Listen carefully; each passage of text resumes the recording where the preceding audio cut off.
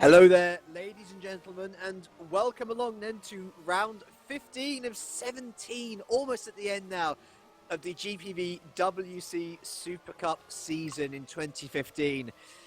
3 rounds to go, and we are here at the gorgeous Yas Marina circuit in Abu Dhabi, one of the highlights of this year, I think, with an evening race turning into a night race. It means that wind speeds changes, and it means more crucially that temperatures change, and boy oh boy have they soared here once again with 40 degrees plus races on the cards. Tyre preservation is going to be a big factor here today.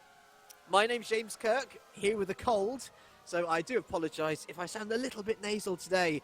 On cameras once again we have the wonderful Josh Anderson, who has taken a great amount of time to ensure that today that we are streaming in 60 FPS, so make sure that you go onto the settings and bump it up, try it out. It should be lovely and smooth for you. But alongside me, as always on co-coms then, is Sam Jones. And today, Sam, we had a bit of a little confrontation in the forum. We had this whole big thing about drivers moving down from series, and whether people like it or not, Jarl Tyen, ex-Woods driver from this season, has gone ahead and taken pole position for Wouters Automotive. He was such a driving force for the team at the end of last year, and I'm pretty sure that Mr. Andreas Waters, despite all the controversy surrounding it, is going to be pretty pleased that his man's on top there. Yeah, hello guys, good evening, and it's great to be here in what I personally think is an absolutely fantastic track, and it's going to be interesting racing. We've already had an interesting qualifying session, that is for sure, and it's certainly a track for lots of overtaking, and one under the lights as well, so it's quite unique in terms of the way the sun sets during the whole racing weekend. It's really exciting, but yes, it certainly has been a little bit of controversy, you could say. I guess it all stemmed first from David Frančić, sorry, not David Frančić, David Yunt. Yeah. David Yunt, getting the wrong Waters guy there. Moving down to Formula Challenge yesterday, and effectively he had to terminate his contract with the Waters team to be able to do that. Then that allowed a space to come available, and Jarl Tyen's been the guy to take it, and well, one impact he's made so far, because he's certainly been lighting up the times and lighting up the wall right there as well. He's looking like a very, very top big prospect really for the win today. So whether you think he should be here or not is, I guess, up for debate, but he's certainly looking like a good driver. Let's crush that debate now with cold hard facts. If you haven't read the forum, then listen up, because this is shorthand explanation. At the start of this year, a rule which stated that drivers, if they took part in a series higher than another series for 4 or more races on a primary contract, the old case was that then they would not be able to move down. Start of the year, that rule's gone. Wasn't very well publicised, or wasn't at least explicitly made clear to everyone that that was the case, but it is the case. So, Jarl, he's had to stop doing Super League because of job commitments. He's been out of the game for a while, to be fair. He's come in today. I don't personally have a problem with that. I think a lot of people had a problem because it was supposedly going against the rules, but the rule isn't there anymore. So that's to clear that up. Now to look at the actual championship challenge, because we've got only 20 seconds of warm-up. Sorry for not covering qualifying, by the way. We're making sure that the broadcast was all good. But there is a chance that Ruud Heasterbeek can win the driver's title tonight. Remember, Walk Racing have already won the team's title. But Ruud can win tonight, albeit Risto Capit, his nearest challenger, has to have a monumentally poor round. So probably going to see it go down to Kota, but nevertheless, I'm sure that extra drive will be in Ruud Heasterbeek currently to say, well, look, I can see the finishing line and I want to clear it as quickly as possible. Yeah, it's certainly something that he probably wants to get to, and then he can, start thinking about this season and think about perhaps the season ahead, which could be all change. From what we've heard, he's going to move up to Super League with Walk. Yeah, which is surely an inevitability now, because Walk have won the Teams Championship, of course, as well, haven't they? So yep. congratulations to them. I think we miss it at the end of the last We broadcast. did miss it ending the last broadcast, yeah. Yeah, so just saying belated now, congratulations to Walk. It's been well deserved, really, because both the drivers, really after round one, where they didn't have the best of starts, just kind of took the field by storm. And Sven de Vries has been there or thereabouts, but in terms of a whole package and a whole team, it's certainly been Walk and Walk alone at the top of the championship. So it's a well-deserved and a very good victory for them as they continue their steep and quick climb up through the career ladder. Yeah, indeed. I mean, it does very much look like they've done a Norwich City from the Premier League a couple of years ago, haven't they? They've just gone bang, bang, bang, one series after the next, and barring any massive surprises, should be in the top echelon of GPVWC's career ladder next year. And I'm hoping that we do see Rudin, Risto go up with them, because I'm sure that they will take the series by storm. Attention grid, all non-essential personnel leave the grid now. I think it's going to be interesting to see what they can do next season, because Super League is certainly a whole different kind of ball game. It's certainly much harder than both Super Cup and Formula Challenge. But now we've got the race, so Indeed we do. Let's talk about that instead. 32 laps for our feature race here today, and as I say, tyre preservation going to be a big thing, expecting at least one stop. There might be a couple of two-stoppers along the way as well. I'm sure one of them will be, well, I'm sure that this front man here will be hoping not to have to two-stop. Jarl Tyen, then the Norwegian, leads us off on pole position. It's his first pole of 2015, of course. It's his first time here in the series. And then what an interesting second and third position we have here. Ruud Heesterbeek leading teammate Risto Capit. Remember, Capit still in that driver's title. I'm sure that he's going to be fighting tooth and nail to try and launch himself ahead of Heesterbeek. There we've got Lars Brugman, who won his first race of the year back in Singapore in the Supercup, made a massive impact to Storm Racing team. And then David Francic makes it a Wouters 1-5. So Francic looking very good, along with his teammate here today. Then we've got Tobias Olsen up in an incredible P6 for Racing Aces PB. Olsen looking to have a much better time with the English outfits than perhaps other outfits he's featured with before. And Jason Muscat will be P7 for Multiforce GP. David Junt then, for, you know, whatever your opinion on him as well, he's now driving for Fox Racing, and I tell you what, that could be crucial for that team, who are looking to not only overtake TSA, but try and catch up to the likes of Street Fighter, to Mazurek, to Smile, who are embroiled in the midfield battle in the Team Championship. Could David Junt be the difference between them going down to Formula Challenge next year or staying in Super Cup next year?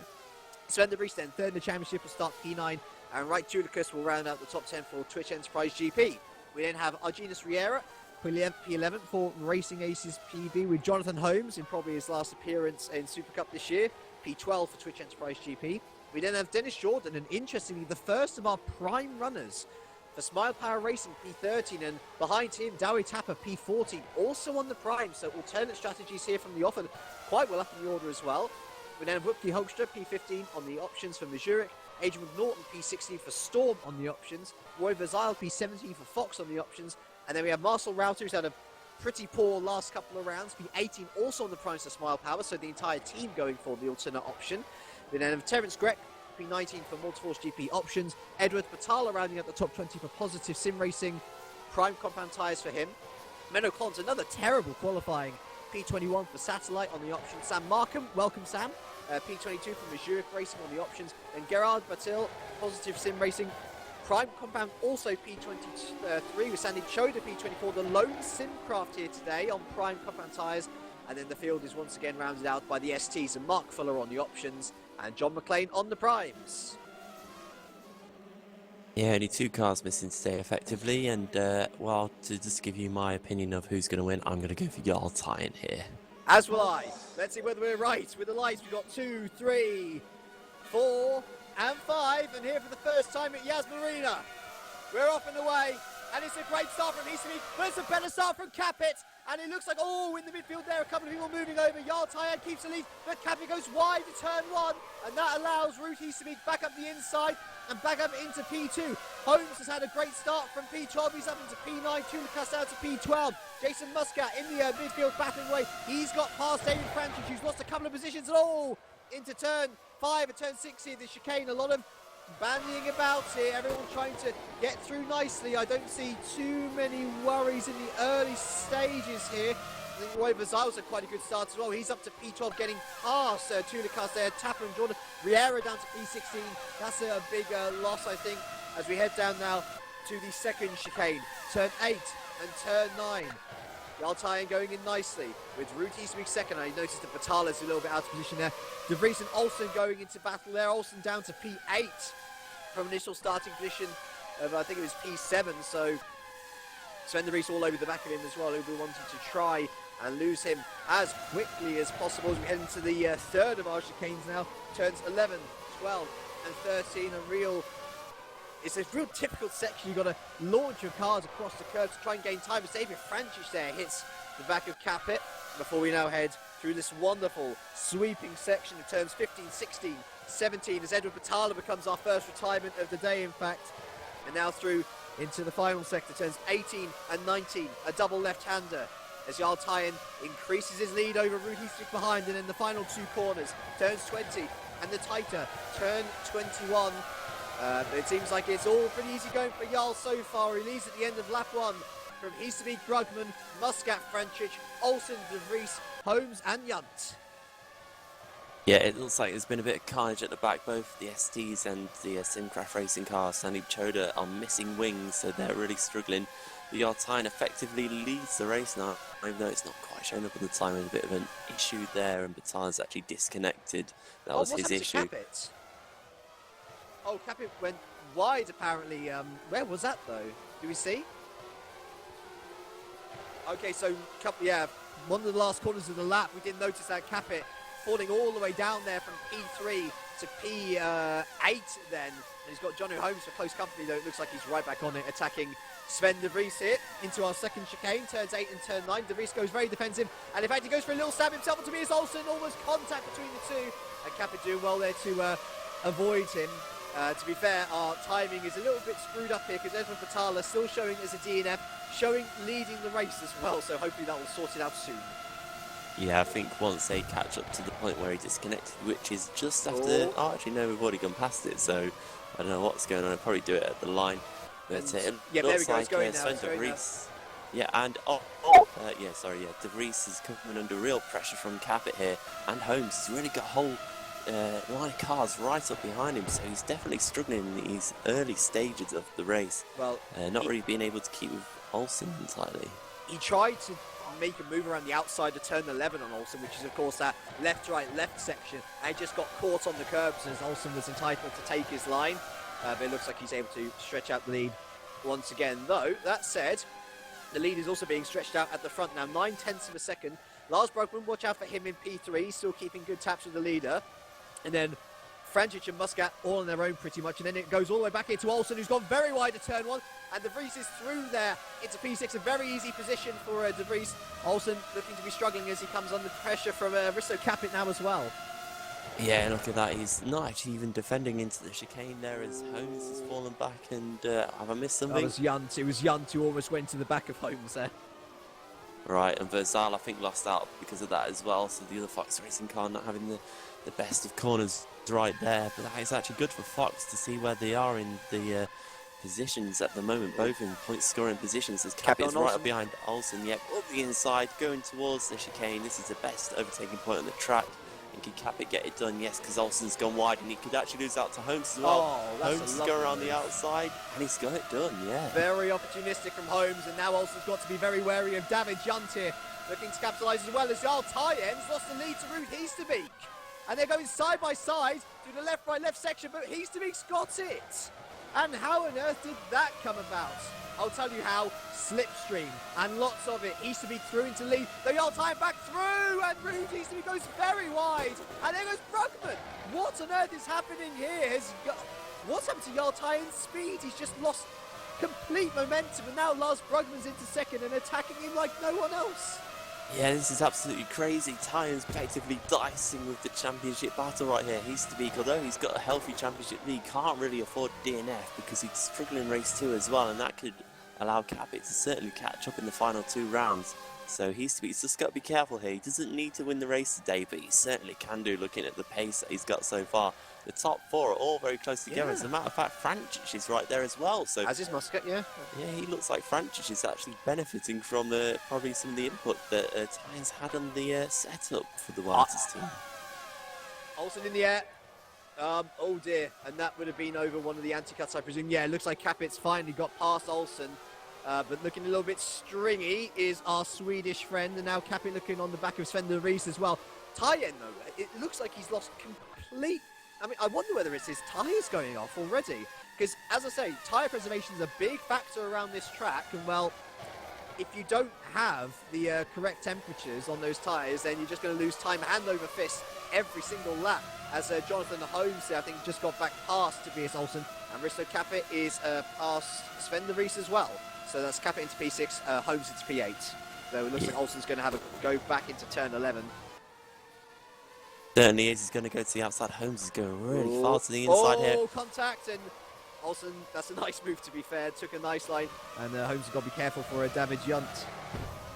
Yeah, he's certainly having to battle away here. Olsen looks like he's probably best down the straights, but then struggles in some of these more tight, twisty sections. I think that's how I'm reading it at the moment. It's hard to tell because everyone seems to really struggle. They catch up with the guy ahead, but then if they just make a slight mistake, the guy behind gets a huge advantage for at least a sector of the lap.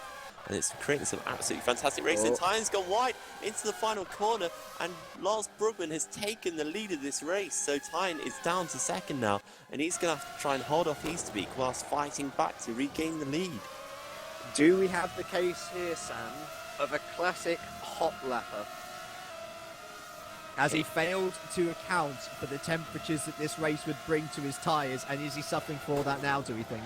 He could do, but then again, it could mean his car works better on the primes, which he'll be using for the bulk of this race, you'd have to believe. So I have to see how it goes on, as Muscat and Easterbeek are looking all over the back of him. But to be fair, Brugman's not getting too far ahead either. They're going to be nose to tail down this back straight. Let's see who's got the best straight line speed. Easterbeek's actually got quite a good toe behind Tyne. I think he's going to pull out to the inside, so Easterbeek's challenging for second position. Breaks later into the corner. Tyne's going to have a good run, but just gets clipped by Muscat a little bit. And has to settle down for second, but then gets a great run off the corner, and he's all over the back of Easterbeek. Easterbeek's opened the door, and Tyne's going to go to the inside. Now he's had to slot back in. He's going to have to go for a real late braking manoeuvre, which he has done. Oh, dearie me. Oh, look at Muscat there. Great opportunistic drive for the Maltese driver. Jarl, entitled to do that, was a little bit slippery. Easterbeek, good driving to be fair. As you say, he doesn't want to be throwing away a championship now. Caught a bit out of place there, and Muscat goes through to take P3. Nice opportunistic driving from the Maltese driver. And, well, it's a bizarre situation, isn't it? I mean, look at this now. Jarl Tyne catching onto the back of Lars again. Is he having to have cool-down laps, do we think? It's very erratic almost. I think he's just inconsistent. Perhaps he's just lacking a bit of racecraft in Supercup here. He's having to readjust to the consistency. That's what's always the hardest thing, especially in cars like these, is to be able to be consistent lap after lap. And I think he's really struggling here. He's quite lucky, to be fair, that at a track like Abu Dhabi, where you can run off the road and recover it. Imagine if we were still at Suzuka, he could have been in the wall by now. Yeah. Such is the nature of that track. But he's back there in second, and he's actually looking like he's pressuring Brugman more than anything now. Especially because Muscat is holding up Easterbeek just slightly, going through that first sector. And I think Easterbeek's probably going to be the most likely to make a move down this straight this time. Here we go, and get slipped in. I'm looking at the snake back there as well. The Olsen train going on as Easterbeek looks to the inside of Muscat. And surely this should be signed, sealed and delivered into turn 8. Muscat tries to hold on around the outside, but that's a good move from Easterbeek. Gets good traction out as well. Up into P3 once again, though Muscat will surely be looking to get past him as Jonathan Holmes there gets past Olsen once again. And Holmes a little bit squiggly on exit, could be susceptible once again to David Junt. These three have been switching positions all race long. Olsen goes to the inside, Junt now goes to the inside of that, and Olsen goes a little deep again, and looks like Holmes has finally got that position sorted after multiple times of trying. Olsen falls in behind, and here goes David Junt up into turn 19. Can't do anything just yet. But Junt getting a massive tank slapper there as well. Could be susceptible to two cars. And looking there at Dowie Tapper as well. in P12, who's doing an astounding job considering he's on the primes, will do him a great deal of good into the later stages of this race if he's going on to the option tyres later. Yeah, he's sticking with all these guys, so you'd have to say after all the pit stops, he could probably find himself up in 8th position. That would be a good effort by Tapper, and important points for Street Fighter once again, as Jono Holmes still seems to hold up this train, and look at the train behind Brugman as well for the lead. Yeah. We've basically got 5 cars fighting it out for the lead. Easterbeek's up into 3rd, and he is going to be looking at Tyen, but Tyen's all over the back of Brugman right now. Look at this. It's quite similar to what we had last season, isn't it? Where you find that someone can't pull away, and we just end up with these little trains of cars. It makes for some great racing, though. Well, let's see whether any of these guys can make a move. Brugman goes to the inside. You feel like this is almost just a formality, though. Jarl Tyen pulls to the outside. Got a lot more slipstream here. He's sitting behind as well. Tyen ahead on the straight. Will Brugman brake later, though? You bet he will. Into turn 8 he goes. Jarl Tyen will try around the outside, and he makes the room. But does he have the traction out the corner? No, he does not. Brugman with a great defensive effort there. But he's still got Tyen and Easterbeek all over the back, and Easterbeek going to the very outside. And look at this, Jarl Tyen's been boxed in. Easterbeek going to try around the outside, 3 wide, almost into turn 11, and Easterbeek going around the outside of all of them. Almost takes the lead. Brave move. Didn't come up, and here goes Tyen now on the inside. Goodness me. All swapping around, and here goes Muscat now at the inside, and Ruud Easterbeek around the outside. Of turn 15 we go. Ruud Easterbeek just about holding on to that now. How Lars Brugman's holding on. Here goes Muscat around the outside. Great move from Jason Muscat into P2. He goes down, and Jarl Tyen hits him off the road. All ruined. All ruined, and that was all Jarl Tyen's fault, unfortunately.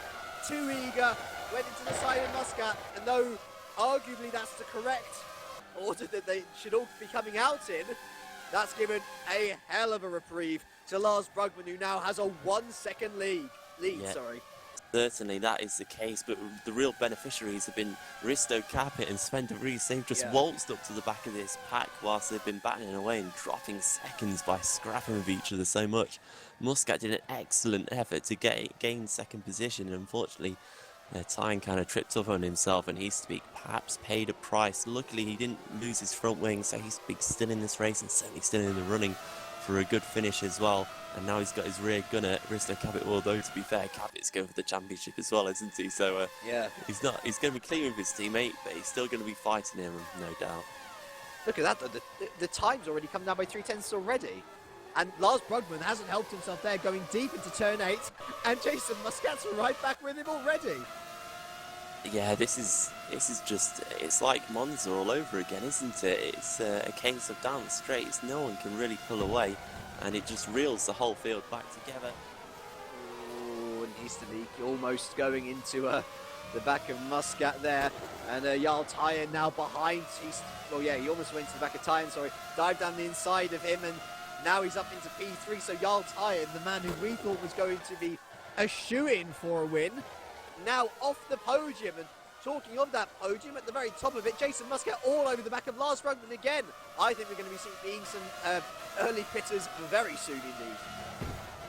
Yeah, certainly, and I think once we see that, we'll really see who can win the race, because everyone will be on primes, surely, and they'll try and go to the end, and that's where we'll either have a pack of cars or a leader by himself. Hopefully a pack of cars, as Muscat goes to the outside of Brugman. He's going to go around the outside, and look at the momentum. He gets out of the corner, but Brugman actually gets a good exit as well. Slight bit of contact. Muscat has to go wide, relinquishes that lead that he had. There goes Easterbeek around the outside as well, Easterbeek around the outside of turn 3.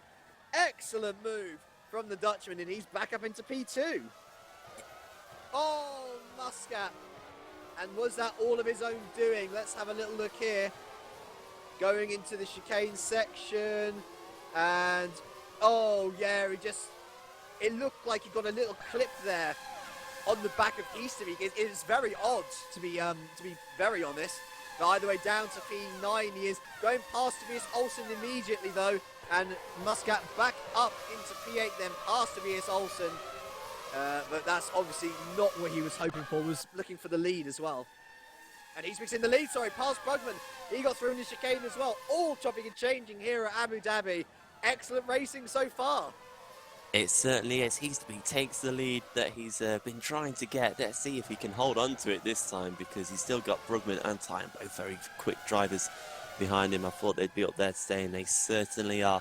Risto Capit's not too far away either, and I think Francic and De Vries are in a bit of a predicament here. Do they fight each other and fall back from this lead group, or do they try and work together and catch back up?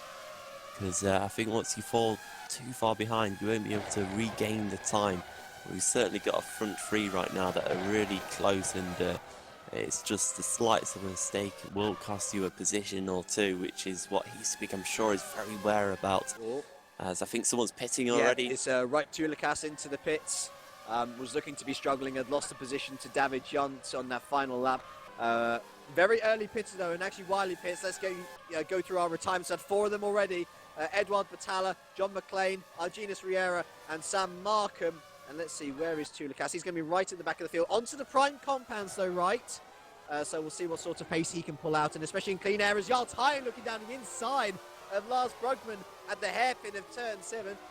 I do wonder about his racecraft, Sam, because that's the second dodgy move he's tried to pull off, and he could be paying for it yet again here as Risto Capit looks to zone in and take that podium off him. Immediately going on to the inside of turn 8, but pulls out. He's not willing to commit just yet. No, Someone's gone off. Yep, and David Francis, that's a free position for him, so David Francis into P5, Sven de Vries into P6. Yeah, but he hasn't lost out too much, so he'll be back in this tool soon enough. Interesting pit stop there. Oh, Capit's nearly lost it under braking into the down the end of the second main straight, and whoa, he just held on to it. Come back out in 4th, just in front of Francic, and he's certainly lost his battle with this lead group now, which is actually kind of become a 2 at the moment. Heespeak and Brugman together. Here indeed. So with Wright pitting, will anyone respond? That's the question. It looks like there are a couple of people starting to struggle just a little bit now. Heespeak and Brugman, they will go round again though. Tyne goes round again as well. Captain Francic following. Behind Holmes, Muscat, Olsen, Junt, and Tapper, of course, is on the prime. Just remember, all going round again. So it looks like Wright pulling the trigger, but nobody else willing to get the shield out just yet. No, it's certainly still a waiting game for some of these drivers, isn't it? I think they've all probably got set times they want to pit. Tulikas often pits quite early, I've noticed in some other races, so I guess he often 2-stops, doesn't he, because he's not that good on his tyres, and it would hurt around here, of course. Yeah, considering the temperature that ends up in the tyres, it's certainly not an easy place to run at all. Just looking to see if anyone's going to make a move down this straight. Muscat maybe? Yeah, Jono Holmes is coming under pressure from Muscat. Muscat's going to the inside. And Jonathan Holmes has actually had decent braking, but he's just got the outside line. He's going to have to try and get a better run out the corners to have a fight back at Muscat. But Muscat looks like he's got the position. Oh, and behind here, look at this, David Junt. Junt's just got round Tobias Olsen there, going to the inside and looking at David Tapper. He'll be wanting to stay out of this one, I reckon. Tobias Olsen looking to go around the outside of turn 11. He's done that a couple of times, but that's a nice bit of holding on there from Junt. And I think Olsen's looking a little bit all over the place. It's Brugman. Oh, Brugman. What's up to Brugman? He's out. Brugman's out. And what was that about? Let's have a look. He went through the section.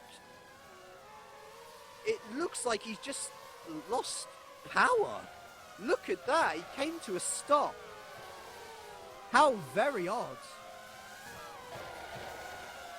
No, there was a little bit of contact, but it looked like he just ground to a halt. How bizarre. Yeah, he was losing power or something. That's why Tyne hit him, because I would say power if it was an electric car, but this is a fueled car, you know? Engine? No, but it would have said engine. Yeah, but it would have said engine failure, Josh. That's very bizarre. Either way, Lars Brugman, after leading this race, is now our 5th retirement of the day already. That means that it leaves Ruud Heespeak up in the lead by 2 seconds. That's the perfect place for him to be. Jarl Tyne second then. Those 2 seconds back, and then a further second back is Capit, Francic, and De Vries. And then Muscat, of course, who had a spin, separated back by another 2 seconds. And then you got pretty much a battle just for the top 10 with Holmes and Junt in their own little scrap. And Olsen and Tapper now.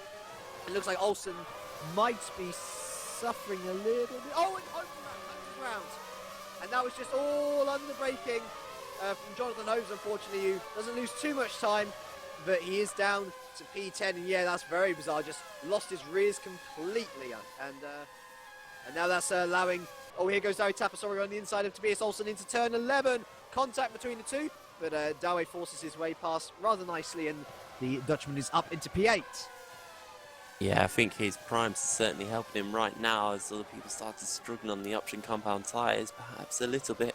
Capit is certainly coming under a lot of pressure for third position right now. He's got Frančić all over the back of him still, as these two still continue to battle away, and De Vries is right there as well. I think with Holmes, I have a feeling that he got his right side tyres as Frančić in.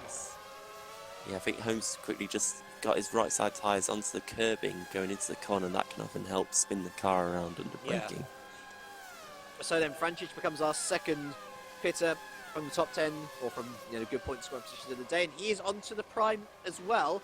Crucially, let's see where he comes out in response to Tulikas. Because where is Tulikas now? He's coming around the final couple of corners. And of course, Frančić was from the leading group, wasn't he? So out he comes now.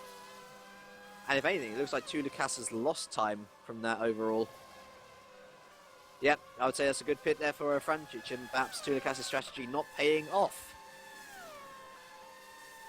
No, just looking at his lap times, it's hard to really say. Well, yes, compared to his teammate running similar-ish lap times, really. Can't really compare Holmes' last lap time because of the spin. Olsen nearly loses it as well, going into the same corner that Holmes lost it on the previous lap, and he is certainly starting to struggle on these option compound tyres. I think he's done quite a bit of sliding during this run, and that's probably not helped him at all. Will Holmes look down the inside? No, he's going to let it be for the moment. You can see there Wopke Hoekstra. Just watching mindfully, he hasn't really been as much of a tour de force as in previous races, but he is still there or thereabouts. Menno Klons as well after a bad qualifying.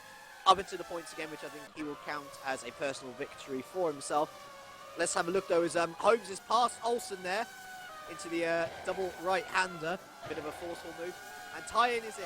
Tyen is in then for his first op. Capit as well.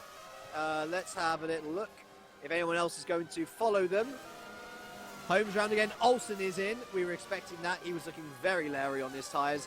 And it looks like everyone else is going round nicely enough. Greg goes round. So, where does Tyen come out then in response to Capit? And where will Frančić actually filter back into this as well? So, Tyen is out to his box. And Capit has definitely gotten closer to Tyen, hasn't he? Following him neck and neck out to the pit lane. Where is Frančić? He's trying to get past Verzile. Oh, and look at this. They are going to come out almost side by side. Verzile in this fight. And Frančić is right within striking distance of Capit and of Tyen. It looks like Roy Verzile, the Dutchman, really put a stop to him making any bigger impact. And Verzile almost going into the back of Capit as well, as they tried to get their temperatures up to scratch. But Frančić, he really needs to get past Roy pretty sharpishly. Yeah, he certainly does, and he's actually fallen back down the straight as well. It looks like Capit's going to have more of a run at Tyen, but that's not really happening either. So these guys are just going to run neck and neck, really. And Verzile's lost his front wing. What happened there? Let's have a look here. Didn't see that. Oh, yeah. What was he thinking? He broke far too late, and if Capit hasn't come off with diffuser damage after that, I would be very, very surprised indeed. Dangerous play for Roy. That is not something you want to see, especially when you're out of sync with the other guys and you're not really racing them, are you? As he pits in now, so our race leader is in. And Sven de Vries and Muscat are in as well. Oh, look at that. Sven de Vries just beat Muscat into the midst. Oh, they're going side by side into the pit lane. I've not seen this before. Let's have a look. Muscat just about beat Sven in there. As Tapper then will go round again and will lead at least one lap. Remember, he is on the primes. Clods goes round again as well. Holmes in. Hoekstra in. Jordan, who is also on the primes, will go round again. And Jordan will actually be up into second thanks to all of this shuffling. Router also on the prime compound tyre. So these are the prime guys, remember. Let's see, where is Router filter out? He's going to filter out behind Easterbeek, but ahead of, let's see, Tyen and Muscat. So Muscat and Tyen very close as well. Capit looks to him. Oh, almost jumped Muscat side by side out the pit lane. Muscat just about able to hold on ahead though. And there's Francic as well in this battle as well. So David Jutland is our current race leader. Sorry, he is not pitted. Surely going to be in this lap along with Monoclont. Tapper, Jordan and Router though, we don't know how far they are going to go, of course. Yeah, that could be a real question, because really they only want to pit the once, and looking at this, they probably need to do about another 4 more laps before they can pit.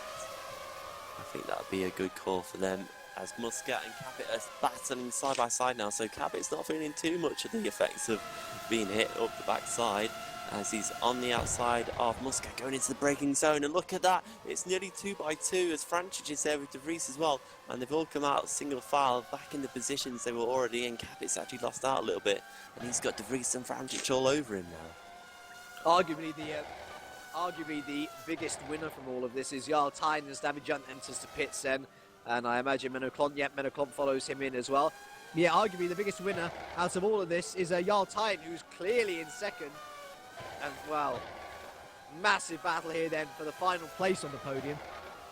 It's Capit v Muscat v De Vries v Francic, and oh, that's De Vries going very wide. Francic going through into what is P10 currently, but won't be P10 for too much longer, as we have, of course, people in the pits, as I said.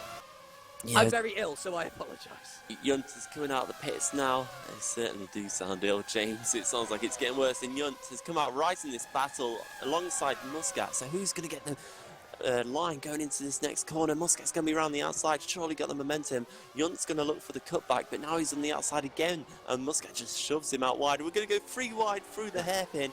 Francic and De Vries right there as well, but Yunt just manages to get the grunt, and him himself and Francic are going to be side by side down the straight. De Vries now is going to look, let's see if he can make it 3 wide once again, but he's actually effectively pushing Francic down the straight, isn't he, in terms of the speed they're getting, and he's on the outside of Francic now. There's contact between the two, and Francic nearly loses it, and De Vries will take the position.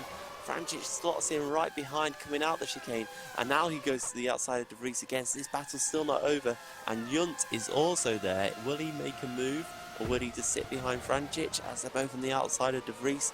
As Francic shots to the outside, there's contact.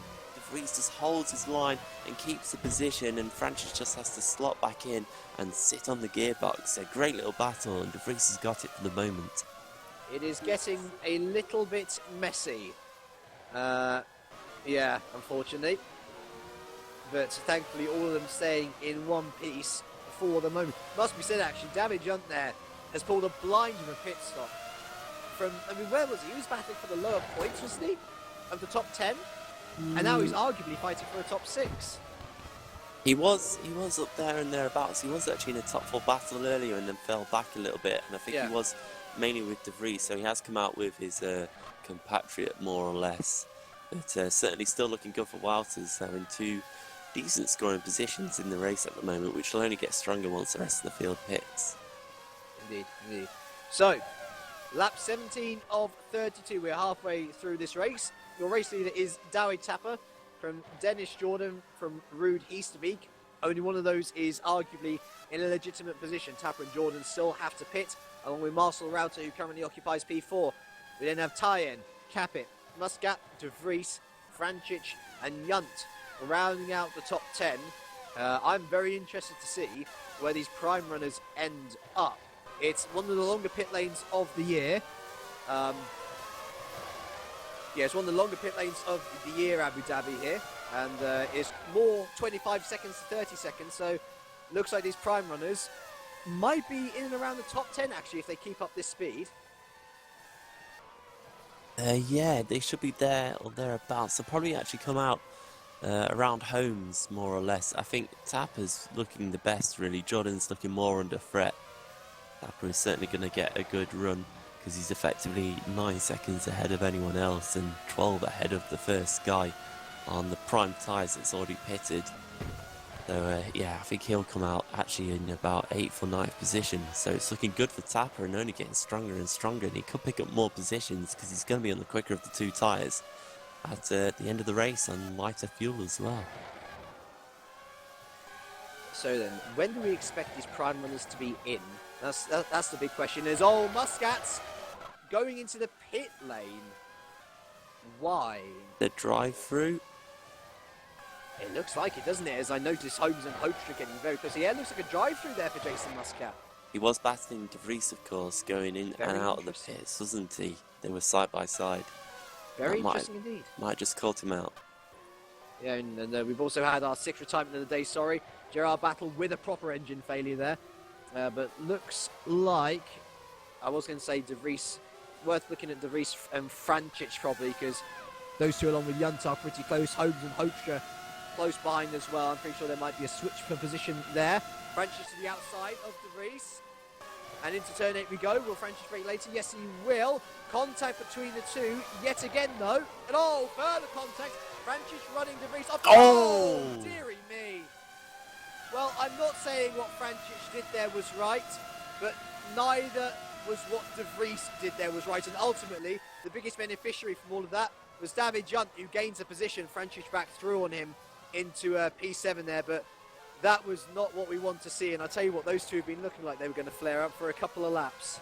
And since Junt's basically slowed down a bit, having to let Francic through there into braking, De Vries is effectively caught up, and I think this is all going to happen again. I don't know if De Vries really did take a swipe at Francic or not, or whether he just got loose. He could have rejoined safer, I think is the point I'm trying to get. Certainly he could have, yes.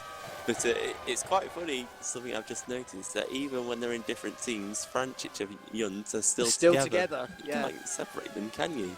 No, and we've got news through, thank you from our race director, Chris Williamson, that Jason Muscat sped on pit lane entry. So that battle with De Vries into the pit lane as to who got preference and who was first in, that ended up costing him. So it was a legitimate drive-through penalty for the Maltese driver. Yeah, it can happen sometimes. He was probably more focused on the car than on the line that was approaching him. And he probably only just got caught out a little bit, but it was enough. It was certainly enough. I thought we were going to get some news there. Yeah, so who are we going to have a look at next? It looks like Francic isn't really losing much time to Junt. It looks like Holmes is holding on to Hoekstra quite nicely. Tulikas and Klont, however, they are battling. And I tell you what, this race has not gone well for Tulikas at all.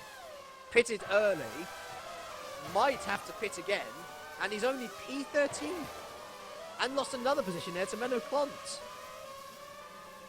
Yeah, it's not gone right for him, has he? Of course, he's on much older primes than everyone else around him because he pitted so early, and I think he will have to surely pit again because these are not going to last. Becomes our seventh retirement, sorry. Yeah, he was struggling anyway, wasn't he? He was only just ahead of Mark Fuller at the time, so it's not been a good race or a good weekend so far for Simcraft. Right, so looks like Tulikas is under a lot of pressure from the recovering Jason Muscat here, as well as Yard has gone past Marcel Rauter there, prime runner, and who's that in? That is Dennis Jordan in. So our first prime runner is into the pits on lap 20 of 32. I mean, that makes pretty much good sense for a one-stop, doesn't it? Onto the option compound tyres. 12 laps until the end. Let's see where he comes out. Yeah, it feels like an eternity while you sat there, and eventually the car gets going. And Dennis Jordan goes under the track now. Quite an interesting pit exit, of course, that we all know about now. And comes out in 13th position, it looks like. No, 14th, 15th. And Jason Muscat's gone past Tulikas at that time as well. But looking at Tulikas's pace, I reckon that you should be easy prey for Jordan on this occasion. I'm surprised how low out they came on. The pit lane time really does affect you.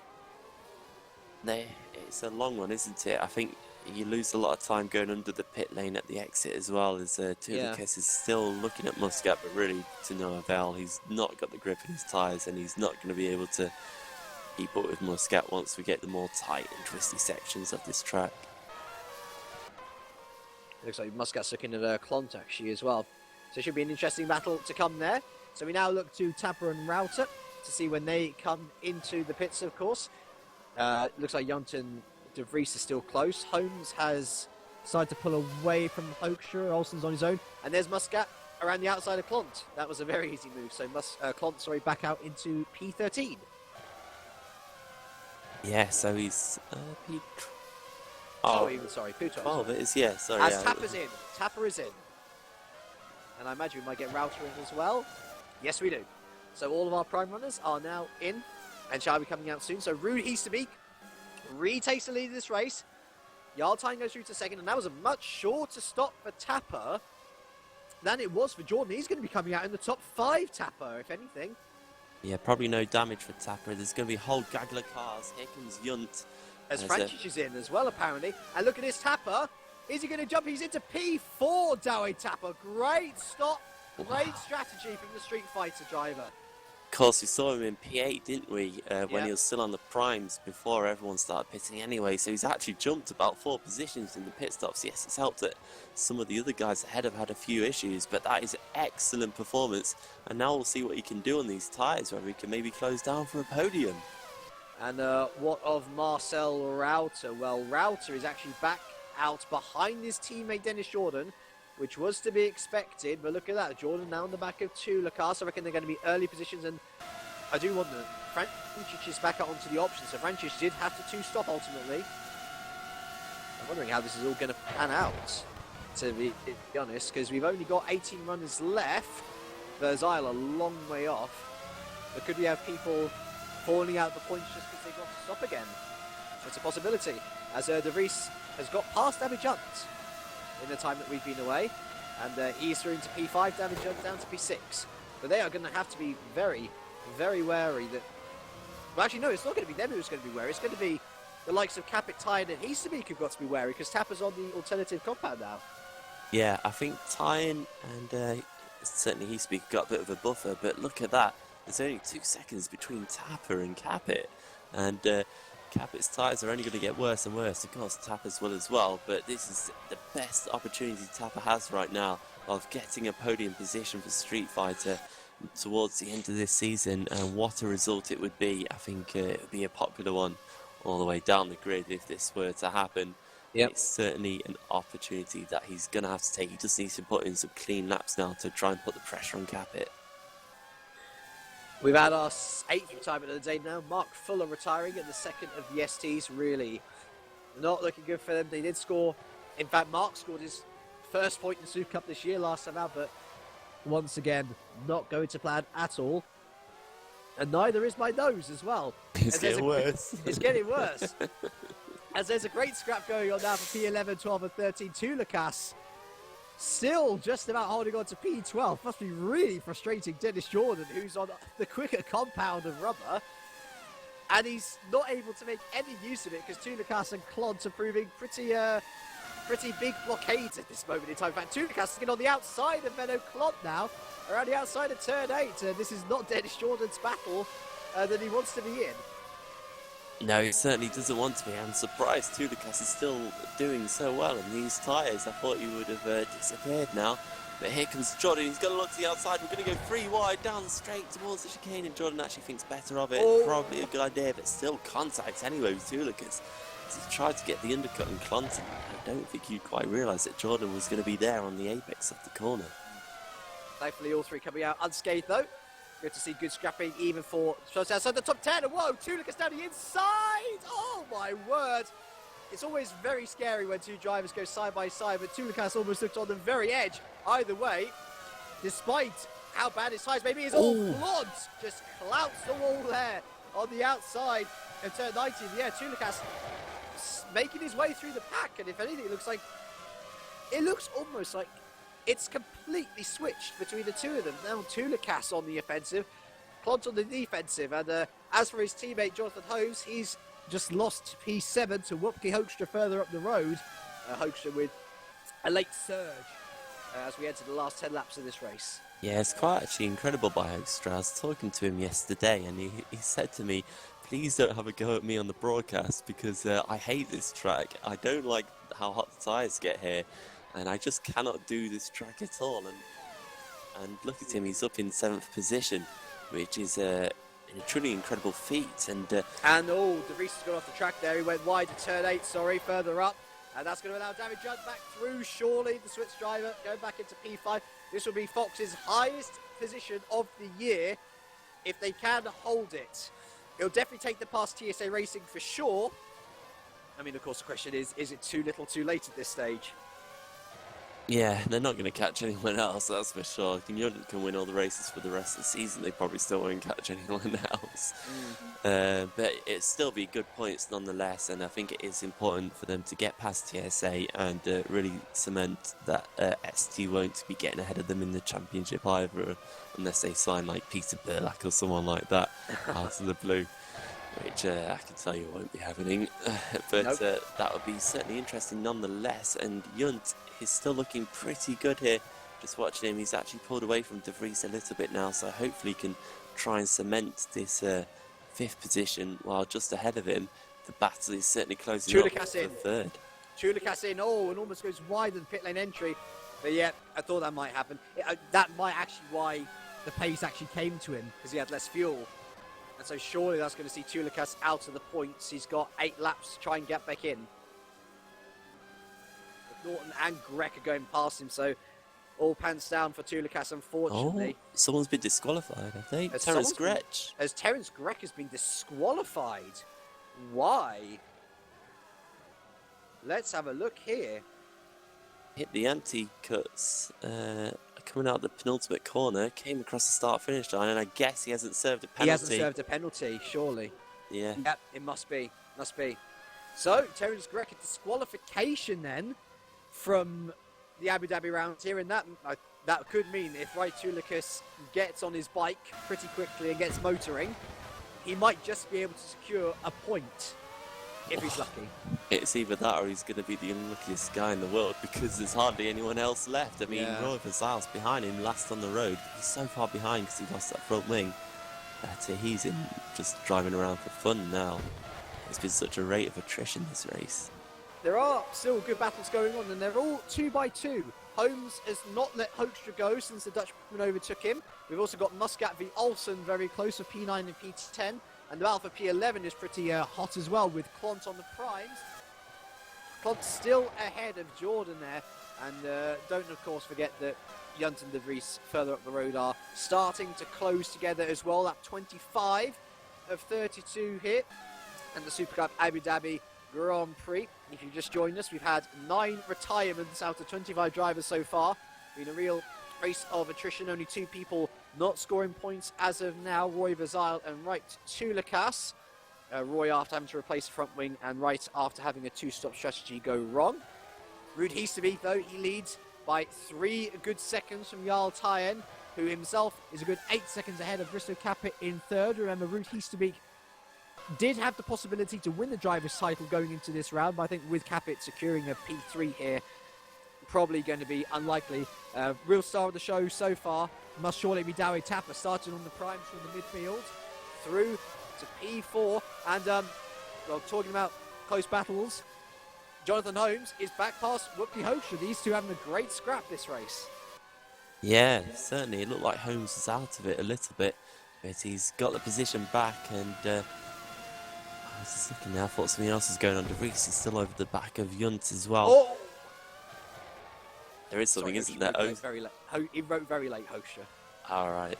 There was something going on. Muscat and Olsen are battling it out. Muscat's just ahead of Olsen. It was certainly neck and neck going towards the second chicane. We've got to know. I'm hearing a lot go. of holes.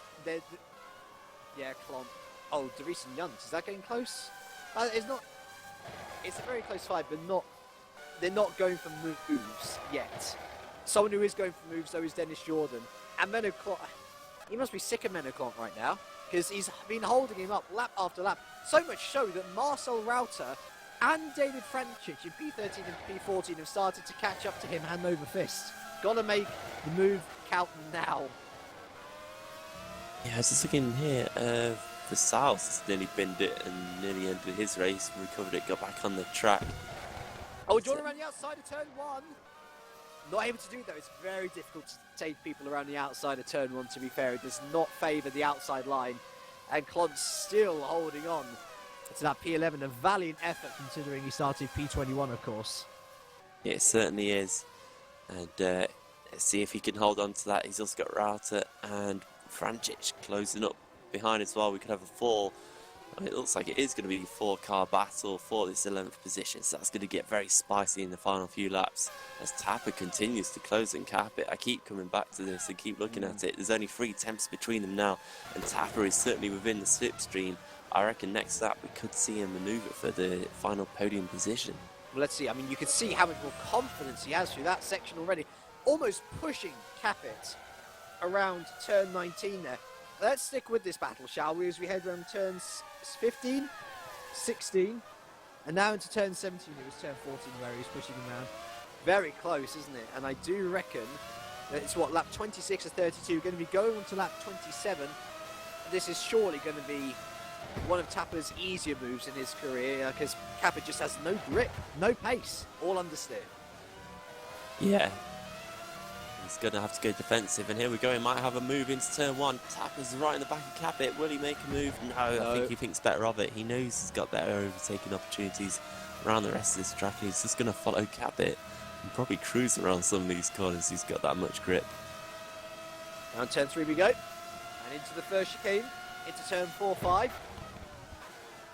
Tapper just following Capit nicely. It's this turn 7 hairpin though. He needs to get a good exit. You can see Tapper taking the wide line and getting much more traction out of that line with the hope that he'll be able to get Capit now into turn 8. Sucks up into the slipstream. But look at that. Capit's wings helping him an awful lot, and you know what? Tapper's not going to be able to do it on this lap then. I think he's going to have to overtake him in one of the tighter sections where Capit is at his most vulnerable. As Yunt, as he slid through turn 8 himself, and that's allowed De Vries back through Hoes, and Hoes is still very close actually, and Muscat and Olsen still very close as well. And Klontz still ahead of Jordan. But let's focus back now on Tapper and Capit. Yeah, I think Tapper's going to have to surely overtake Capit through one of the tighter sections because he doesn't have the wings. No, he doesn't at all, does he? He just closes up a little bit, but by the time he gets to the braking zone, he can't make the move. Oh. He needs to get past Capit around this section, but I think even then, Capit could probably hold on to the back of him and get him back down another straight. Tapper's actually compromised his line a little bit going through these final couple of corners, and he's going to lose out, and he's going to lose the time, but then he makes him back up in the ultimate corner, comes into the final corner, he's all over the back of Capit again. See here, you think he's got a chance, but down the straight, he won't really make any progress, and he'll sit behind Capit, and look, he just knows he can't make a move into turn 1. It's not tight enough, and he's going to have to follow Capit through here. Here we go, into turn 3 then. Trying to get into the slipstream still as Klontz has lost a host of positions. Klontz in the wall fully. And has he lost anything? That's the big question. And Yunt's round. Yunt is round, and where was that? That was down after turn 3. How bizarre. He got caught on the curb on the exit of turn 3, down to P6. As for Klontz, oh, his car is not looking that good at all, is it? That's a broken steering lock, surely. Meanwhile, though, Tapper looking on Risto Capit into turn 8 once again. Still can't get anything done. He closes. He's hitting him again, but he can't do anything.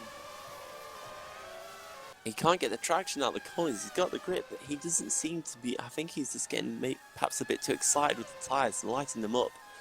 And it's really costing him, actually. Oh, he looks on the inside now. There's contact between the two. As Tapper tries to look up the inside, the move wasn't really on, and Capit just kept his line and held on to it. Oh, my goodness. As he continues to be pushed, Tapper lights up the rears again. And I tell you what, Sven de Vries is looking in the background, and he's catching actually quite quickly now. Yeah. Now that he's gotten past Yunt, of course. Meanwhile, Francic has gone past Dennis Jordan as well. That was into turn 11 on the inside. As we look back to Dawe Tapper once again in his struggles to get past Risto Capit.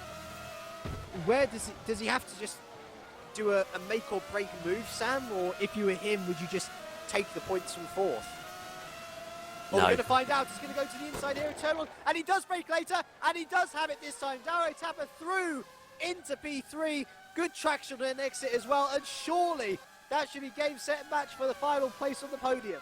Well, we'll have to wait and see. I'd say wait until we go down straight, because Capit's going to have the slipstream and the better wings that we know he's got in terms of straight line speed. This is the crucial point. Tapper comes around the hairpin. doesn't get the best of exit actually, and he lights up the tyres again. Look at that, Capit's all over the back of him. We're going to have another move here. Capit's going to fight for this podium. He's going to try and take it back. Tapper goes to the inside, Capit goes around the outside. And he's got him done already. That was too easy for Capit. Good setup by Walk Racing.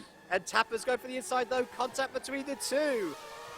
And Tapper there, look at that. He gets a much better exit out of the chicane. Maybe it was his plan. Wait and see anyways. We head down to turn 11. Capit going ultra defensive. Tapper to go around the outside of turn 11. We've seen it done before, and we've seen it done again. The Dutchman through to P3 for the second time, and surely this is going to be the sector which he would want to get past in. Now he can start to pull away as Capit's understeer cooks it. Yeah, De Vries is also closing up behind, so Capit might be in for more trouble, but we'll really see now if Tapper can pull away. Capit's holding on to him fairly well, but not really being able to sit on the gearbox, so this is Tapper's best opportunity. Look at that, through that corner, so close to the wall, really committed now through the penultimate corner, using all the track and then a little bit more as well. Comes out the final corner. Yes, look at the gap that he's got now. I think he's been able to pull enough of a gap, and he's got 3 straights effectively to try and hold on to this time and be able to pull away from Capit. And then I think the job might be done, barring any mistakes by himself, as Capit now is going to be looking in his rear view mirrors, because Sven De Vries is all over the back of him already, and I bet Sven's got decent wings on him as well. Yeah, I think Sven's going to be Dowie's best friend for tonight. All depends on this hairpin note, one would say. Tapper gets a decent exit, as does Capit. That walk setup is sensational traction. It looked like he was making up pace on the exit of the corner. It's extraordinary. And down to turn 8 we go. Capit closes, he closes, but not close enough. That's it. Oh, and look at that, Sven De Vries coming into picture. Very sharpishly indeed. Wants to get in on this action as well. Tapper's really he's got to survive this straight, which he should be able to do barring any braking failures. And yeah, Tapper's got this, and he's got to try and open up the gap once again. Excuse me, through the rest of this sector while he has the chance. Yeah, this is really the point every lap now, that he's got to be mistake-free really through this final sector, to be able to give himself enough of a buffer not to have to worry about Capit, who is really having to worry about De Vries now, because De Vries is all over the back of him. But as you were saying about that walk setup, it looks good. I think one thing that I always say about a setup is that if a car can run well over the curbs, you know the car is very, very well planted to the ground and a very decent setup. That's certainly something the walk car can do all over the curbs under acceleration. The car just continues to kind of launch itself like a rocket ship. So good effort, good homework really by Walk Racing to get a good setup under their car, and it's certainly helped their drivers this season, who are top quality as well. But Capit's going to need all that quality now, because he's really having to defend hard from De Vries, and he's still got his sights set on the podium as well. That is certainly not out of the question, because Tapper hasn't got that far away. No. Are his options running out? Quite literally.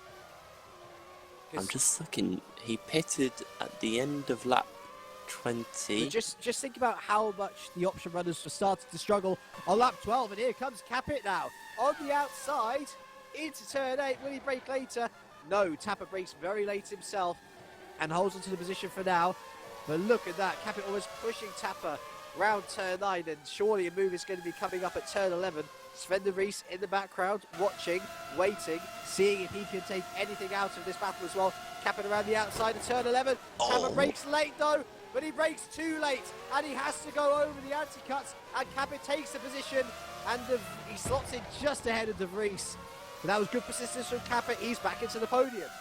Yeah, but Tapper's not done with yet. This is his favourite sector, and he's going to try and strike back at Capit straight away, going into this very hard right-hander where the outside the car becomes loaded as you enter a right-hander. It really is quite confusing, and it's very easy to lock the tyres up, as Capit now is really having to defend from Tapper, but he knows that if he just points his car in the right position and hits the apexes, he'll be okay around here. And I'm sure Tapper won't be able to get the move done down the straight, because he doesn't have the wings. Look, he can't even get alongside him, and a little bit of contact, but Capper has got the move done at the moment. We'll see if he can hold on to it for the rest of the lap. I was about to say Kappa, we're not on Twitch, Sam. Deary me. Anyway, Kappa just about holding on to P3. So, if anything, I mean, it's the final lap as well. Well, now is the chance to make something happen. And contact! Tapper, that might be his chance gone. Just about stays ahead of De Vries. But Kappa just seemed to completely switch off in that sector. Tapper going into the slipstream, as is De Vries behind. And it looks to me like Svender goes for a late move. Contact between all three of them. And Tapper just about holding on to P4 there. And De Vries, this time he wasn't forced off the road necessarily. He just went off on his own. They're actually 17 seconds behind Heesmeek though. Heesmeek just going around the final few calls. We'll go to him in a bit. We'll see whether anyone makes a move into turn 11. No, Tapper just about stays ahead of De Vries. Cabot stays ahead as well. And Cabot very slow now. His tyres are very much gone. Will Tapper make a move? We will wait and see. But coming around the final corner then to take his upteenth win of the season. Ruud Easterbeek wins the first race at Yas Marina. Jarl Tyen will come home to take second. And contact is through. De Vries in the wall. Contact between the two of them. David Judd goes into fifth. But Douwe Tapper will take the podium then at the very death. He takes P3 after a sensational strategy. Capit P4, Jump P5, Holmes benefits. He will take P6 for Enterprise. Hoekstra P7, Muscat P8, and De Vries at the very end there after late contact will take P9. Tobias Olsen will take P10 with David Franchich, a very disappointing race for Franchich to be fair, P11. Jordan P12, Router P13, Klomp P14, and Adrian McNaughton will take the final point in P15. Now, the only non-scorers, right to Lacasse and Roy Bazal, your retirements from this race. Mark Fuller, Sandeep Choda, Gerard Battle, Lars Brugman, Sam Markham, Arginus Riera, John McLean, and Edward Batala. And Terence Gregg got disqualified as well. So just to recap on what happened right at the end there between Tapper and Capit. Tapper had the outside into the into the double right-hander, and he just got along the side of Capit, and then there was contact into the next left-hander. That caused Capit to go a little bit wide. He got onto the AstroTurf and the sand as well, and that just allowed Tapper up the inside. Capit was now compromised and actually going much slower. As he turned in, he didn't realise that De Vries was there. There was contact between the two, and De Vries was launched into the air, across the track and into the wall, and it spun him around. And unfortunately, De Vries just got caught up by the two guys ahead of him squabbling, and that has cost him quite a few positions in this race. It doesn't really mean much at this point in the season because his championship was almost over anyway. But unlucky for De Vries, but good effort from Tapper. It might be contested after the race, I don't know, because there was a fair amount of contact there in those final few sets of corners. But at the moment, Street Fighter have got their first podium of the season. Indeed, and it is 10th win of the season for Ruud Easterbeek. An incredible amount. But that said, with Capit getting fourth, I don't believe he can actually win the championship now, because let's have a look here. He was, by the American round, the last round to go, of course, you can earn 50 points total. So he needed to be 100 points clear of Capit to ensure the championship. He got 426 plus 25, which puts him on 451. Capit got 13, which puts him on 375. So he can still win it. Yeah. If Easterbeek wins his second race and Capit gets anything lower than 12th, then Easterbeek has won the championship. So there's still a possibility. Wouldn't it have to be, sorry, I don't know if I've done my maths wrong here, wouldn't it have to be that Capit doesn't score at all? Well, Ruud would be on 4-5-1. 4-5-1. So if he was to get 25. So Capit, would only have 1 point, wouldn't he? So so Capit has to non-score. Yeah, he's 76 points ahead at the moment, so he needs the full 25 points for Easterbeek and a non-score for Capit, and the title says, So there we are. That is the situation going into the second race. So shout outs there. Tapper, of course, master strategy. I think David Junt as well. He was sort of there or thereabouts, scored a P5. And probably the likes of Holmes and Hoekstra as well, who didn't necessarily qualify so hot, but benefited from other people falling off the road, pulled good strategies themselves, and finished in the top 10 as well. Yeah, certainly. Holmes actually picked up his best result since Bahrain, the second round of the season. Yes, team manager only just realising. And yeah, Hoekstra as well picked up another 7th. He seems to like finishing 7th in these races. He's our Rosberg. He is our Rosberg, forever 7th, just like he was back in the early days of Mercedes. If some people remember that, it's interesting little stat there. I tried to think there was someone else as well that did really well. I'm struggling now because we've lost all the positions. So I'd say congratulations to those two. Olsen as well. Yes, Olsen.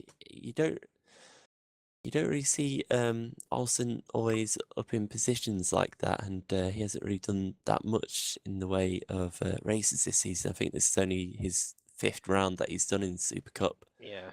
And he's actually he hasn't even had a top 10, so a good effort by Olsen there. Some well-deserved points, actually 3 points finishes in a row for him.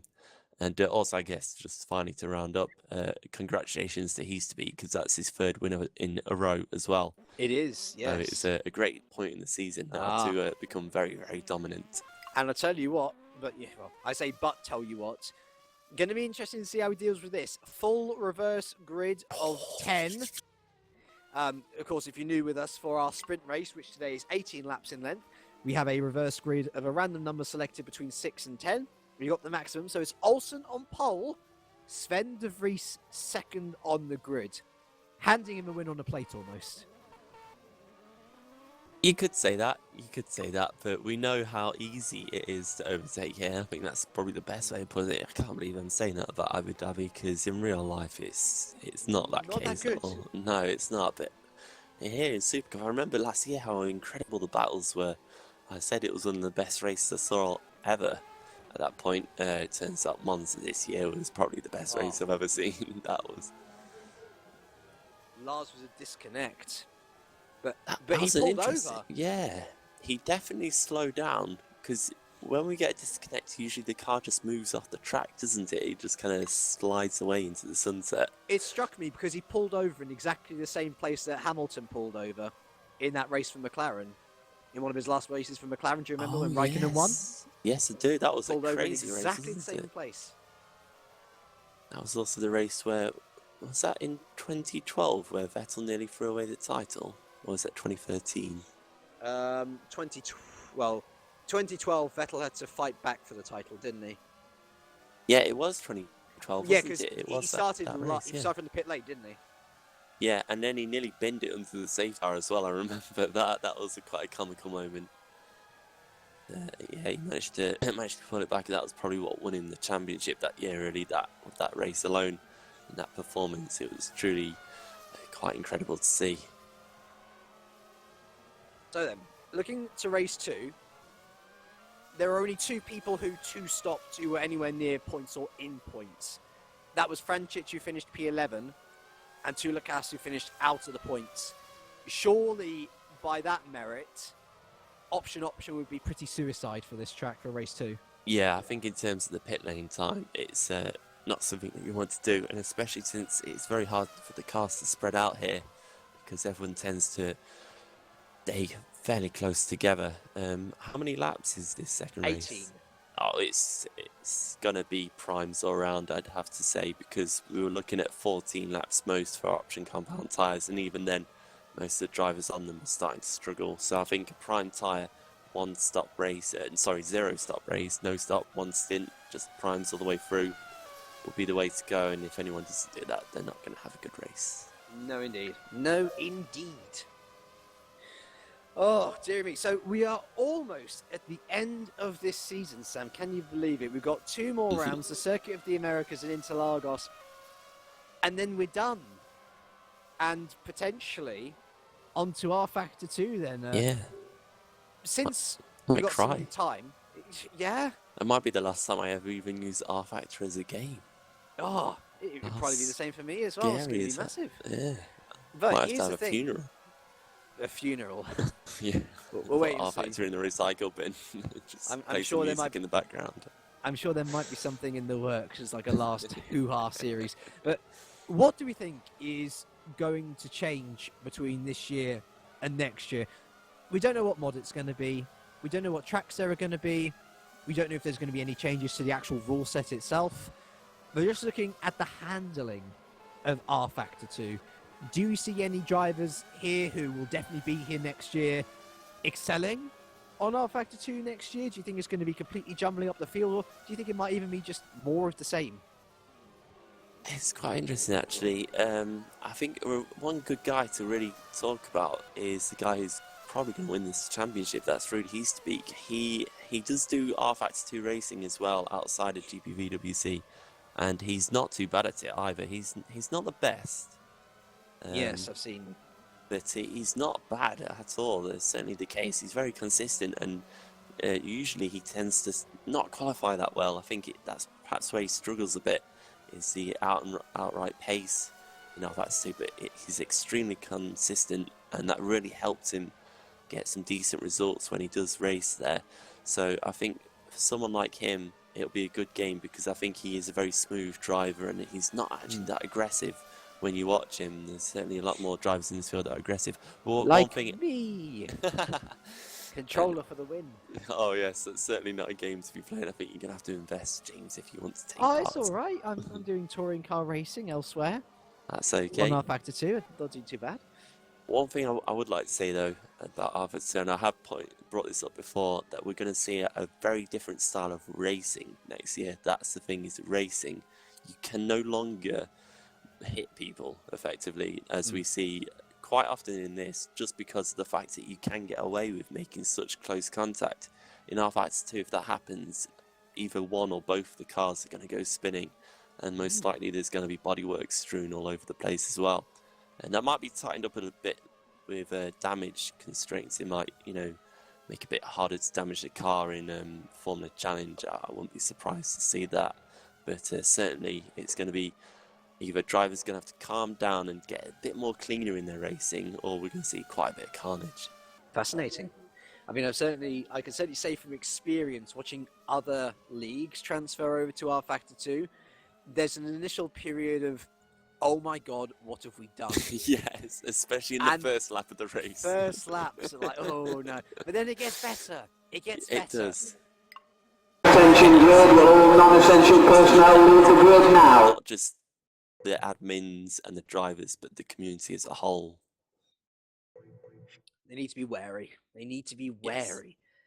Anyway, talking to people who need to be wary, I'm sure that there are a number of people up at the front of this race who would like to score their first podium, maybe even more. But there are also people who are looking to secure another win of the year. A real mixture up the front. And that mixture is started off by Tobias Olsen on pole position for Racing Aces PB. He's then followed by Sven de Vries, Jason Muscat third, Wupke Hoekstra fourth, Jonathan Holmes fifth, David Junt sixth, Risto Capit seventh, Dawi Tapper eighth, Jarl Tyen ninth, and Ruud Heestebeek in 10th. We then have David Francic 11th, Dennis Jordan 12th, Marcel Rauter 13th, Menno Klomp 14th, Adrian McNaughton 15th, and right to Lacasse, interestingly, on the option tyre. We'll see how that one works out from this time. Another option run for the Twitch Enterprise driver. We then have Roy Bazal 17th, Terence Gregg 18th, Mark Fuller 90th, and the top 20 rounded out by Sandeep Choda.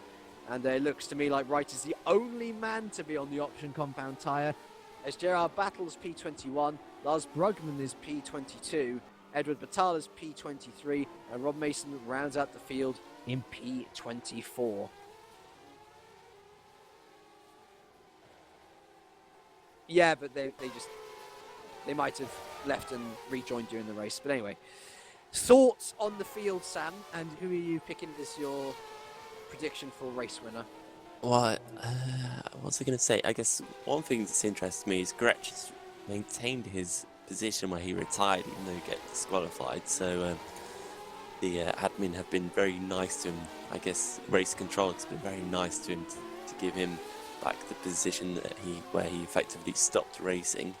Tulikas is definitely going to pit again, so he'll be doing a one-stopper and the two-option tyres. And I think he'll struggle to score points today. That'll be a good, safe bet. And it's very interesting to see Olsen at the front. I have a feeling that he's not going to win this race, because we saw that, especially near the end of his stints, his kind of pace definitely dropped off. I think he's slightly too aggressive on these tyres, so he won't be my winner for today. But I have a feeling that actually it's a hard one. I'm going to go for De Vries here. I think he'll get a good launch and just gap the field until the likes of Capit, Tyen and Easterby come through. By that point they won't be able to catch him because it's such a short race, and De Vries will take the win. I will also go for De Vries for the win. I think it is very hard to see past him. Look good in reverse grid races as well, and he's going to be aiming for his 6th race win of the year, and his first race win since, of course, that incredible double win at Monza.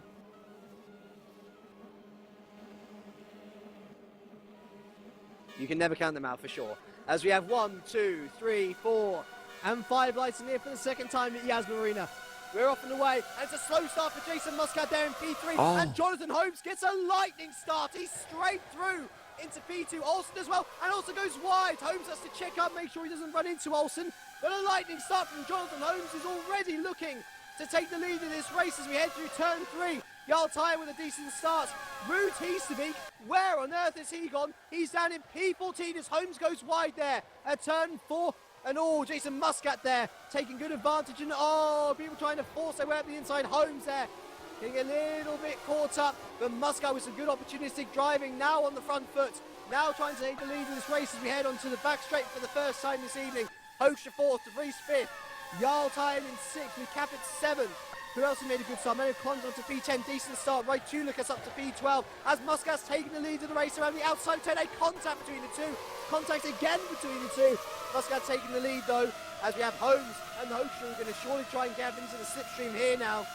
Olsen will surely want to try and retake the lead as well as we head down to turn 11. So many moves here in race 1, and we're going to try it again. Hoekstra around the outside of Holmes, not going to be able to do it though, and Olsen around the outside of Muscat, still there into turn 12, turn 14 now, I forget there's multiple corners, into turn 15 and 16 now. The double right-hander, Olsen on the inside, is he going to dive? He's cut the corner, and he's not going to be able to dive through, but Muscat goes wide, very wide, off track in fact, and Olsen retakes the lead. Will Holmes see any way through though? The front of the field, very, very bunched up at this early stage of the race, but at the end of lap 1, after a manic first lap there, Olsen leads from Muscat, Holmes, Hoekstra, De Vries, Tyen, Capit, Juns, Tapper, and Tulikas, who's just gone through into P10. I think something's going to happen here, because Olsen is certainly holding up a lot of cars behind him as he and Muscat both battle. De Vries had an absolutely shocking start to the race and nearly binned it on the start line. It was that bad. Drops down to 5th, and that might have cost him the win here because he's got Tyen all over the back of him as well, and it really is going to be a case of who can get through these front 4, because I don't want to be disrespectful to any of the front 4, but I just don't think they've got the pace to win the race here today, especially if someone like De Vries, Tyen, Capit or Easterby, who's still trying to regain his positions up into 11th position. As Muscat now looks to the inside of Olsen, but Olsen breaks so late, but he's going to go so wide, and Muscat's going to get the better line for the second part of the chicane, and gets a job done, so Muscat takes the lead. Look at Holmes here, he's had a great exit out of turn 9 there, sticking on the inside of Olsen, and he's going to try and save that. Very, very bold. Olsen goes to the inside of Muscat, he pulls across, and he goes deep, and he goes wide. Muscat just about holding on there. Here goes Holmes through turn 13. Olsen again holding his line, just about holding on. His Tyen there looks through on Wopke Hoekstra, and I think Tyen should have that done around turn 15 and turn 16. Hoekstra's going to hold on. De Vries with these guys as well. Wow, Hoekstra almost taking out Holmes there. Goodness me, that was very scary indeed. Jarl Tyen just about holding on to Rookie Hoshire. Manic first lapped in though, but Muscat starting to pull away. And I think for Holmes, possibly to aim for a podium this evening, he needs to get past Olsen pretty sharpishly indeed. He's looking very squirrely out there, Olsen. Yeah, a lot of people had to try and get past him in the first race, and it's going to be the case once again. But the most important battle might be between Tyen and De Vries right now. Tyen's actually got ahead of De Vries, as we saw in the previous lap, and that could be key for him being able to win the race. But they've got to still get past this top four, and Muscat's actually looking stronger and stronger as this goes on, because he's able to gap Olsen at the moment, going through the hairpin. And that could help him get away as Olsen really lights up the tyres and nearly loses it coming out the hairpin. He's looking very leery. Can Holmes get a run on him down straight? Because Olsen hasn't got much of a slipstream ahead of him. Holmes is going to be right behind. He's going to have to go to the inside here. He's got to be brave. He goes to the outside instead, though. Brakes very late. And Olsen's surely going to push him out wide. Is he? Holmes, look at that, holds onto it. There's contact between the two. And Olsen goes wide, comes back onto the track. And that's going to give Hoekstra a good chance to get past both of them here. Yeah, it looks like Holmes is going to the outside, getting himself out of the box early. But Hoekstra is now in the box, and oh dear, it's all going a bit wrong, and Tyen breaks late as well. And Tyen, good opportunistic driving, goes around the outside of Hoekstra.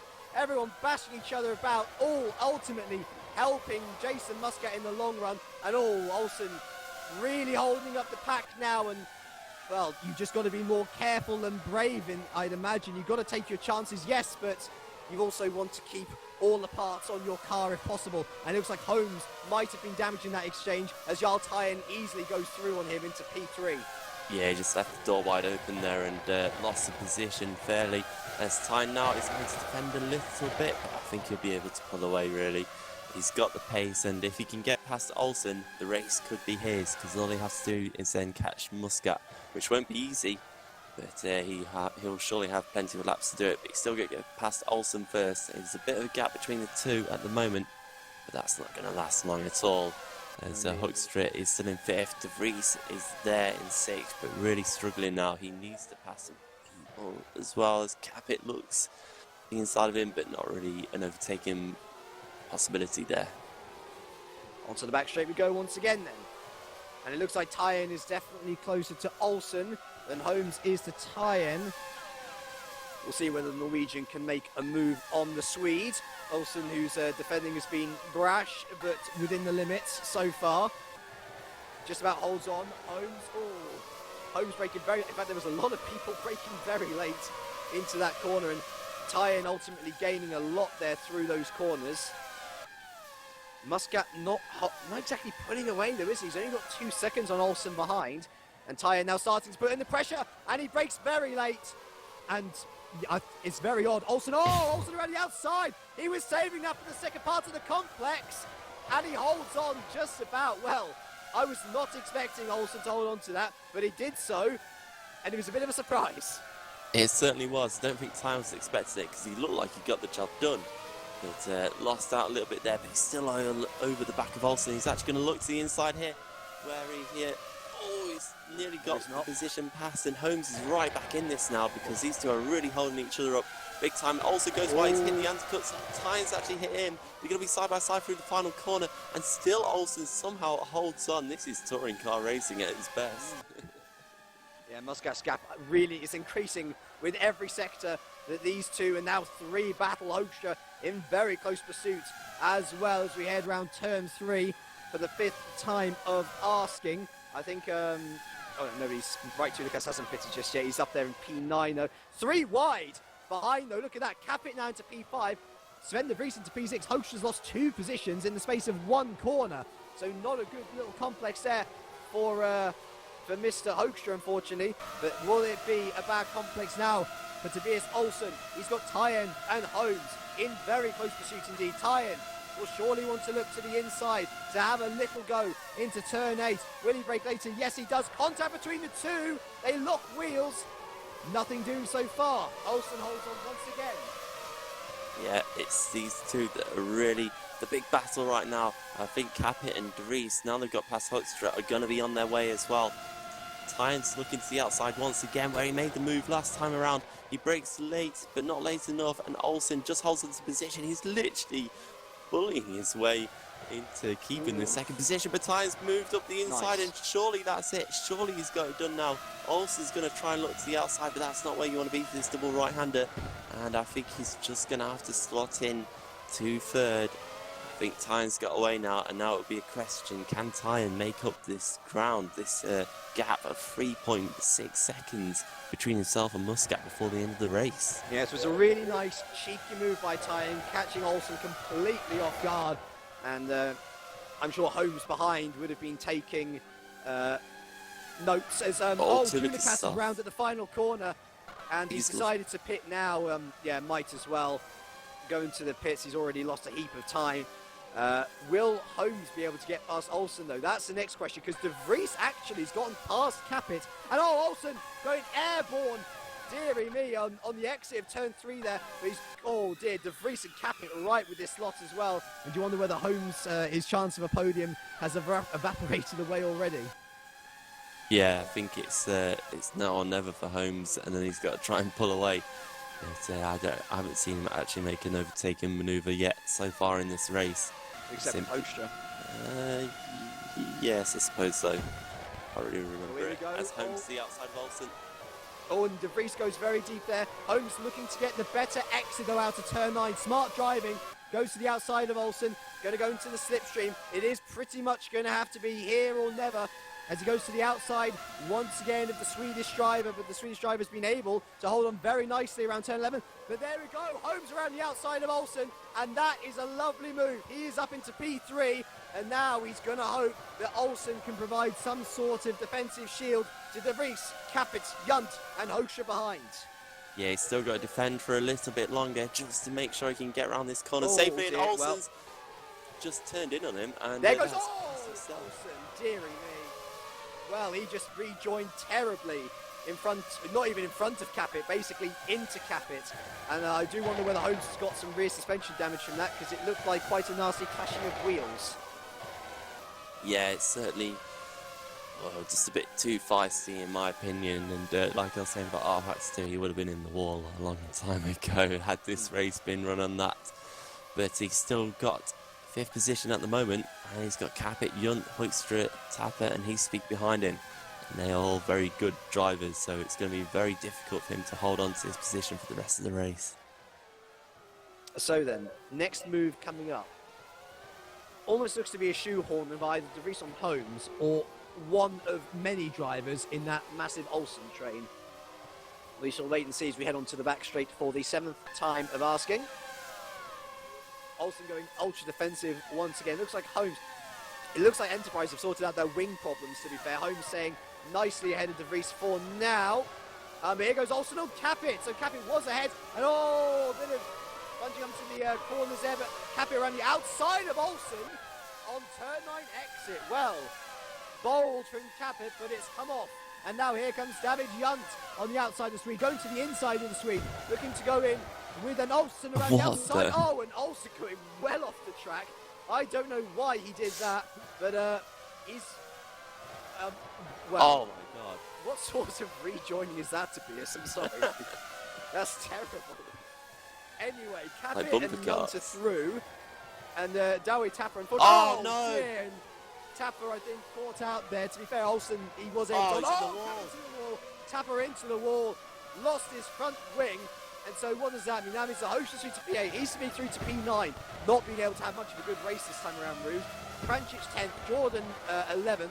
Tapper will have to... So Brugman from the back of the field through into P12. Great drive from the Storm racer so far.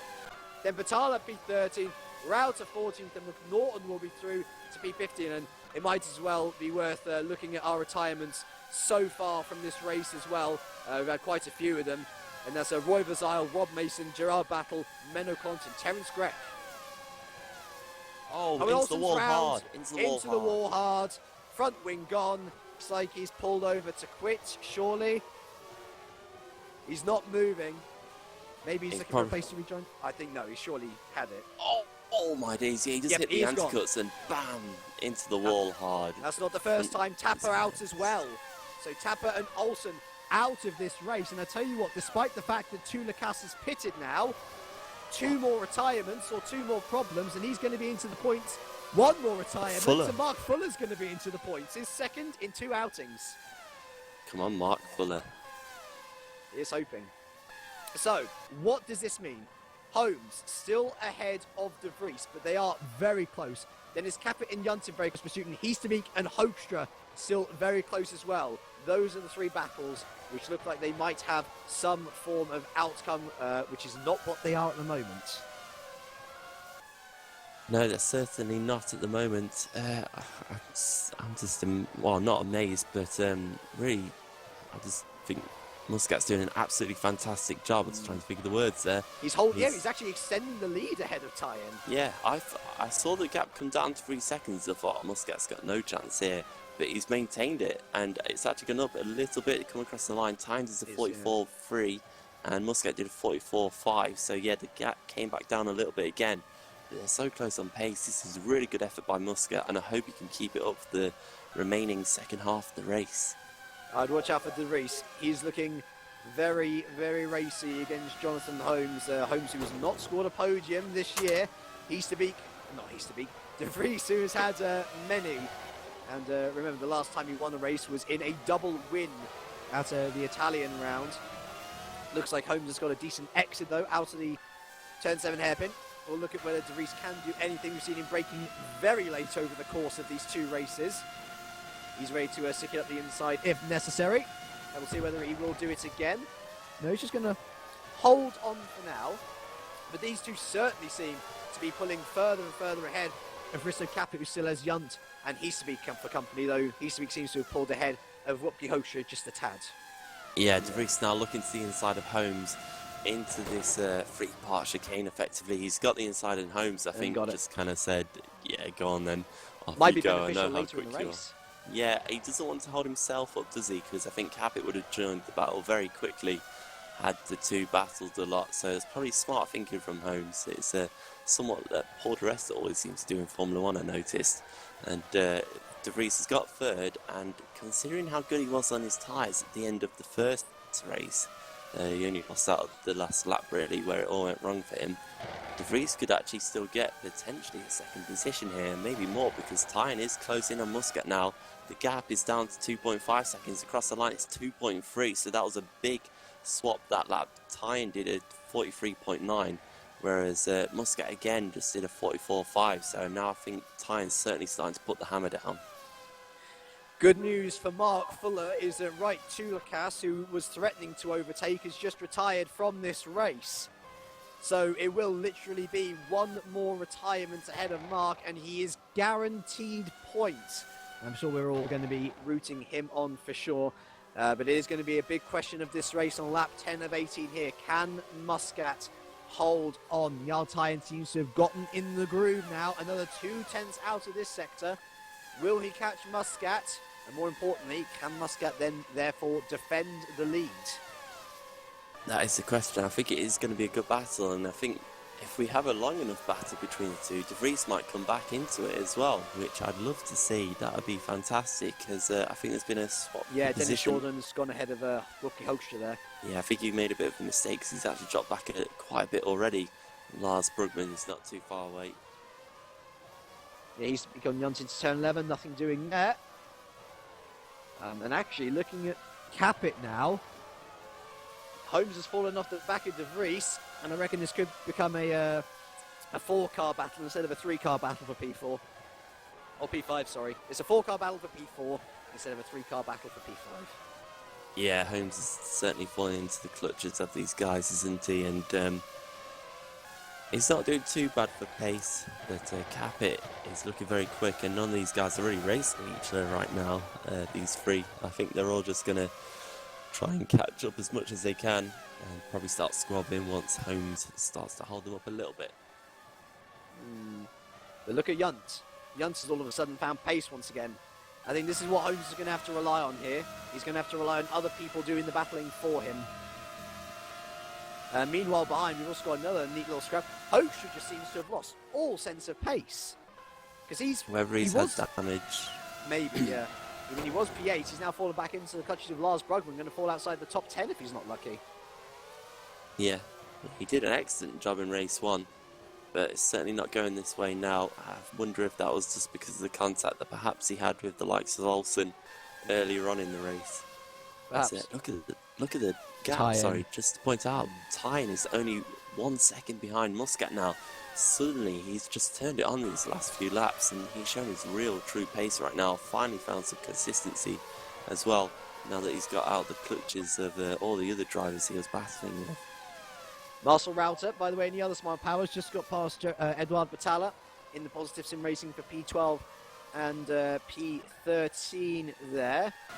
And Brugman has just got through on Rocky Hoekstra into turn 11, so Hoekstra now out of the top 10. And Brugman will probably look to try and get back through on Drawn Ahead, and Batalla's gotten back through on Rauter into turn 11 there as well. But the gap keeps on coming down between Tyen and Muscat. De Vries really not able to keep any sort of a foothold on the front two at all. And the same could very much be said of Holmes on De Vries, because he's falling back hand over fist now into the clutches of Capit, Yunt, and Easterbeek. To be fair, actually, Easterbeek's had a very quiet race, not had much to do at all.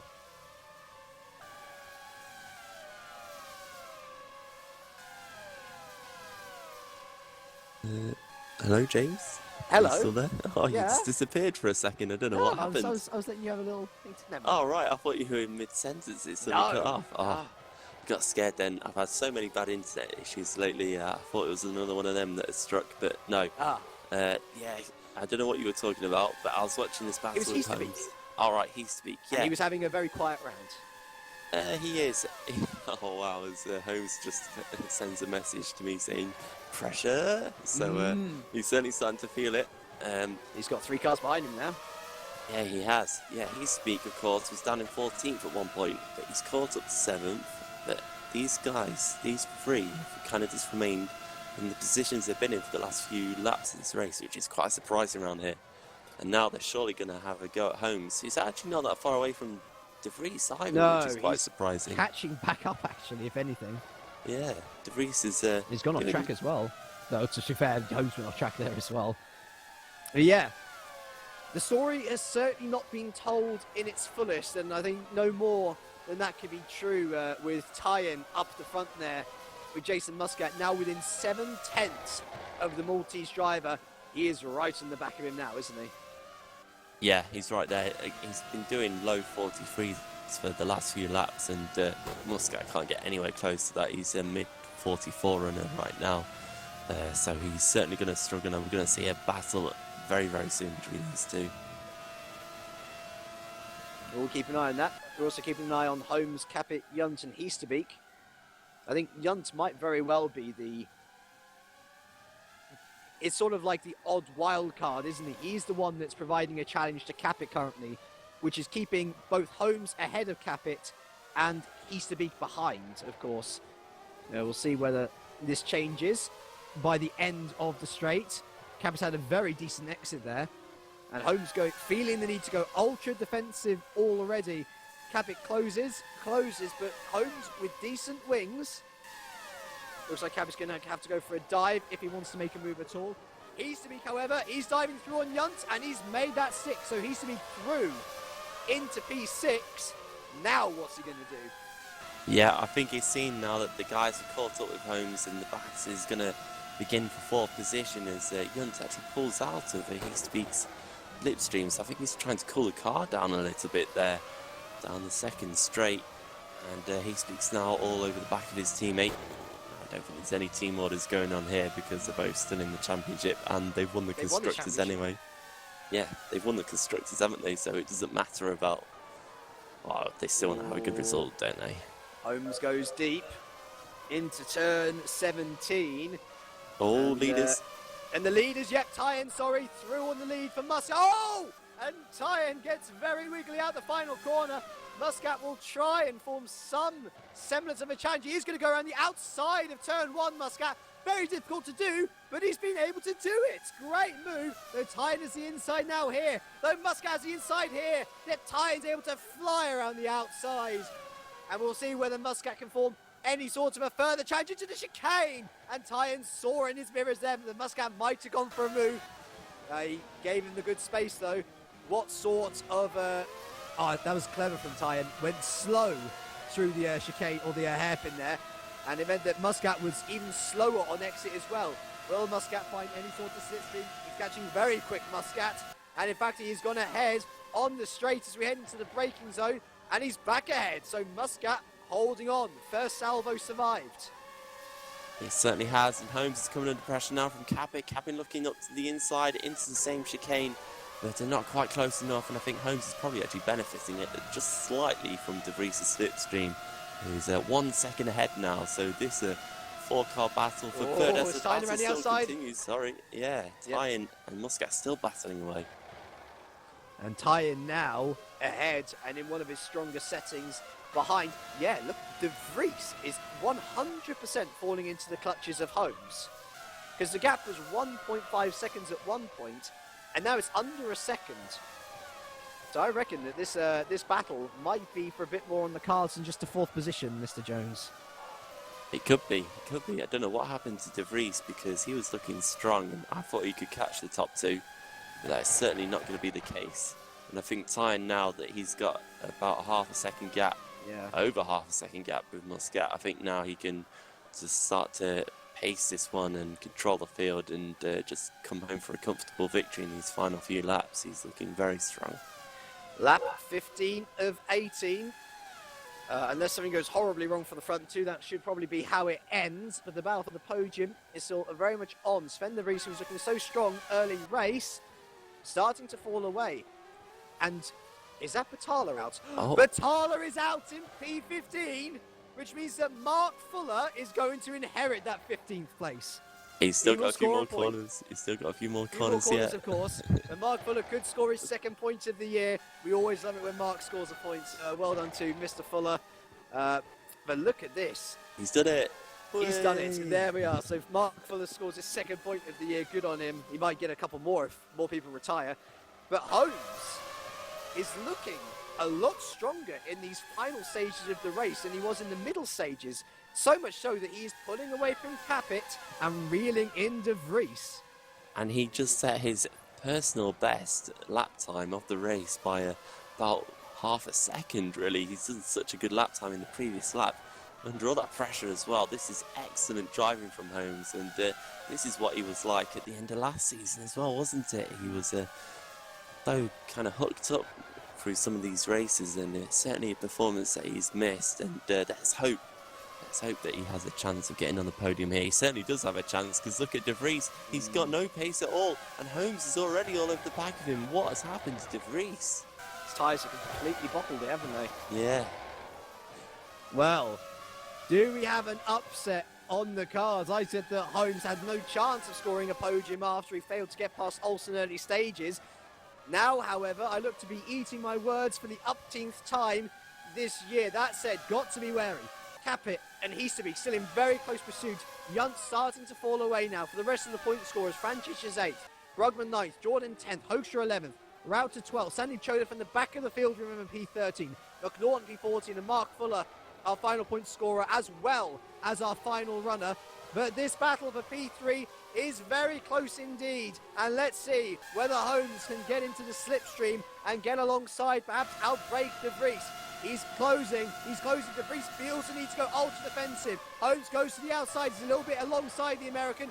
De Vries defends nicely. And Capit, he was going to think of a little look at the inside. Holmes has to check up though. De Vries, he blocks him nicely on exit of turn 9. Into slipstream once again. Watch out for Capit. He is closing as well. He's got a better exit than Holmes. Holmes goes to the outside. Capit goes to the inside though. He's going to try and take both of them into turn 11. And Holmes tries to stay out of that one, but in doing so, Capit is through. Great driving from the Estonian, really aware. Yeah, he got the move done on Holmes at least, but De Vries has actually got himself a little bit of a buffer now, and Holmes is actually coming under more pressure from Heasterbeek as well, so he could lose out on potentially not only a podium, but also a top 5 here, which would be absolutely gutting for the guy. He's drove such a good race this race. It's definitely been probably the best race I've seen him do all season long, and it's taken a few races, but he's finally got there. And this is probably going to be his last race of the season as well. How gutting is that for him? but there's still a chance because De Vries is not going to get away. He's moving across the track to try and break the slipstream, but it's not going to happen. Capet, we know, has got good wings on him as well, so he's going to be able to close up on De Vries down the straights and probably around the corners as well. So this battle's not over yet. Holmes is still there, he's still there, and Yunt is just quietly just waiting in the background. Indeed. Penultimate lap of the race, though. If something is going to happen, it needs to happen pretty soon. Shout out to Muscat, by the way. So impressed that he's still within 8 tenths of Tyen. I mean, it's incredible how Tyen's not been able to pull away. Talking of pulling away, though, let's see whether anyone can pull away in this battle for P3 then. Sven de Vries, because he had that buffer, hasn't come under any sort of pressure into turn 8, but it could be turn 11 where that does change, because he's had a terrible turn 8, he's had a terrible turn 9, and now it's Capet on the back, surely looking for another podium to add to his string. This he's already accumulated this year to the outside of turn 11, he's ahead. But De Vries, he breaks later, he holds up Capet, and now allows Holmes back in, who goes up the inside of turn 13. That ultimately paid off terribly. Heasterbeek now through on Holmes as well. That was a good little dive by Holmes. It was worth a go, but it just didn't pay off, and that's actually cost him a top 5 now. That's such a shame, but he's coming back, and Heasterbeek is having to be careful here as he sits behind his teammate and can't really find a way past Capet at all this entire race. He's just sat there waiting patiently. I think Capet's definitely got a good chance of getting a position on this final lap. Muscat has still got an opportunity to win this race as well. If Time makes a mistake, which is easily possible around here, Muscat could win this race, so none of these positions are set in stone just yet. Final lap then. The big battle we're worried and concerned about is this battle for P3. Sven de Vries holding on for dear life. He survived pressure from Holmes. He survived pressure from Capet thus far. He has gone deep at turn 8 for the last couple of laps though, and you do get the impression that it might just happen again. Round the turn 7 hairpin. We go now onto the back straight. Remember, Holmes could have a shout, get him back into the top 5. It's not exactly like Heasterbeek and Capet are too far away either. Yunt in the background there as well. And behind them, Frančić and Brugman going into battle as well. Looking at turn 8 now, De Vries. He breaks early. He wants to make sure he gets... Oh, look at that. Capet really closing up. And he had to check himself, actually. That was good driving from De Vries. Behind, though, Frančić just about holding off Brugman. Hoekstra there in close pursuit as well. Heading down to turn 11 now, though, with 3rd, 4th, 5th and 6th. As a leaders, sorry. Tyen and Muscat are very close. And Tyen's tyres might have just gone. I'm looking back. De Vries just about holding on as well. I wonder whether we'll have a repeat of last race. Muscat, though, is all over the back of Tyen. Will he go for a late stab? It's worth the go, arguably. Or is it? Will it even be? Is the chance even going to be there? I don't think it will, because Tyen, yeah, he's... Capet's round! So who? Capet's round! Capet's round! Capet's round! And who was that? I'm not quite sure, but either way, Tyen wins race 2 from Jason Muscat. And as for the guys behind, it looks like De Vries will take P3. Heasterbeek will be P4. Holmes will be P5. Yunt P6. Brugman will take P7. Capet comes home P9 because Frančić just gets him at the last. Hoekstra 10th. Jordan 11th. Router in 12th with Sandy Cho to 13th. McNaughton will take home 14th. McNaughton will be 14th. And Fuller will be 15th. And Risto Capet leaves in a sense of disgust, I imagine. What happened there, Sam? It was just his own mistake. He just got it wrong. I think he realised, he remembered what happened to himself in the previous race and how he got overtaken into the left-hander that comes out under the little bridge that's effectively the hotel. And, he just got it wrong. He just got it wrong going into the first left-hander. And actually, I think he clip. He did. He clipped the back of De Vries. It just hit him, and that was enough to put him round. Yeah. He tried a little bit too hard going into the corner, spun the car around, and that's cost him quite a few positions. And, he wasn't going to make up that much of a point. Probably only a point or two on Heasterbeek there, but that's just extended Heasterbeek's lead. I really have to say that Heasterbeek would be the unluckiest driver in the world now if he wasn't to win this championship. And it seems like there have been a couple of people not too happy with Tobias either in those early stages. I thought he was on the line. I thought he was on the line. Didn't think he went over it too much, though. But yeah, well done to Tyen, Muscat, and De Vries for those podiums. Driver of the day from this race, Sam? That's a hard one. I want to give it to Holmes, but I also think that Muscat is very much deserving of it because he did everything right at the start. He got the lead and then he pulled away and he came so close to winning as well. And even right at the bitter end, he was still scrapping away and having a go at Tyen when Tyen had such a quick car earlier on in the race. I want to give this one to Muscat actually, just because of what he did. It was a truly inspired drive, and hats off to Muscat. He showed that he is a top quality driver here today. For me, it's going to be Lars Brugman. From the back of the grid to P7. We didn't talk about him much during that race, but I think from what was it, 21st to 7th? That's a very, very admirable effort for someone who had the sadness of disconnecting in race 1. Yeah, I'd have to agree as well. It's actually a really good effort by Brugman. I completely forgot about that, and some well-deserved points, and shows that he is certainly one that's ready to be in a series like this full time. I'm pretty sure that we'll see him next season for sure. So we are going to have some little interviews. So first of all, let us start then with the man centered in the controversy we were talking about earlier, Mr. Jarl Tyen. Now, it must be pretty difficult when you have all these people talking around you saying, "Oh, why are you here? Why are you here?" Blah, blah, blah, blah. But ultimately, actually, it was quite a difficult round for you. You seem to be struggling with the tires massively. Yeah, for me, I had massive problems with the tires. I was not able to keep it at reasonable levels at the end of the race. Muscat had a hell of a race at the end. So hard to stay ahead of him. And so you've got your pole position, you've got a race win. Did I get this answer from you? So yes, you're in for the rest of the season. You did this with Wouters last year, of course. You came in along with Petter Burlak as well, and later David Francic, launched the team from 10th into let me get all my words right. They were outside of the top 10. You brought them into the top 10. What are your aims this time around? And furthermore, are Wouters perhaps looking up at Super League maybe? You know, is this why they've brought you in, to give them a bit more of a chance to move up maybe next season? That's definitely the hope. My goal is to get as many points as possible to help the team, and then partly because I want to do sim racing again. I've been so busy with work and stuff, so it didn't work out in Super League, and I finally find some time to do Supercup. So I do some laps and figure maybe I should do the race. And I wanted to contact Andreas first so I can help him, since I had relations with him from last year, and try to do the best I can. Well, I'm sure that he'd be pretty happy with a second and a first there. Y'all almost a clean sweep. But anyway, well done on your win and your podium and your pole position, and we'll look forward to seeing you next time at COTA as we bring in a couple more people here. Let's move on to Mr. Ruud Heasterby, shall we then? It's sort of just like one of those events which you just happen to have, Ruud. There or thereabouts in qualifying, there or thereabouts in race 2, your 10th win of the season in race 1, of course.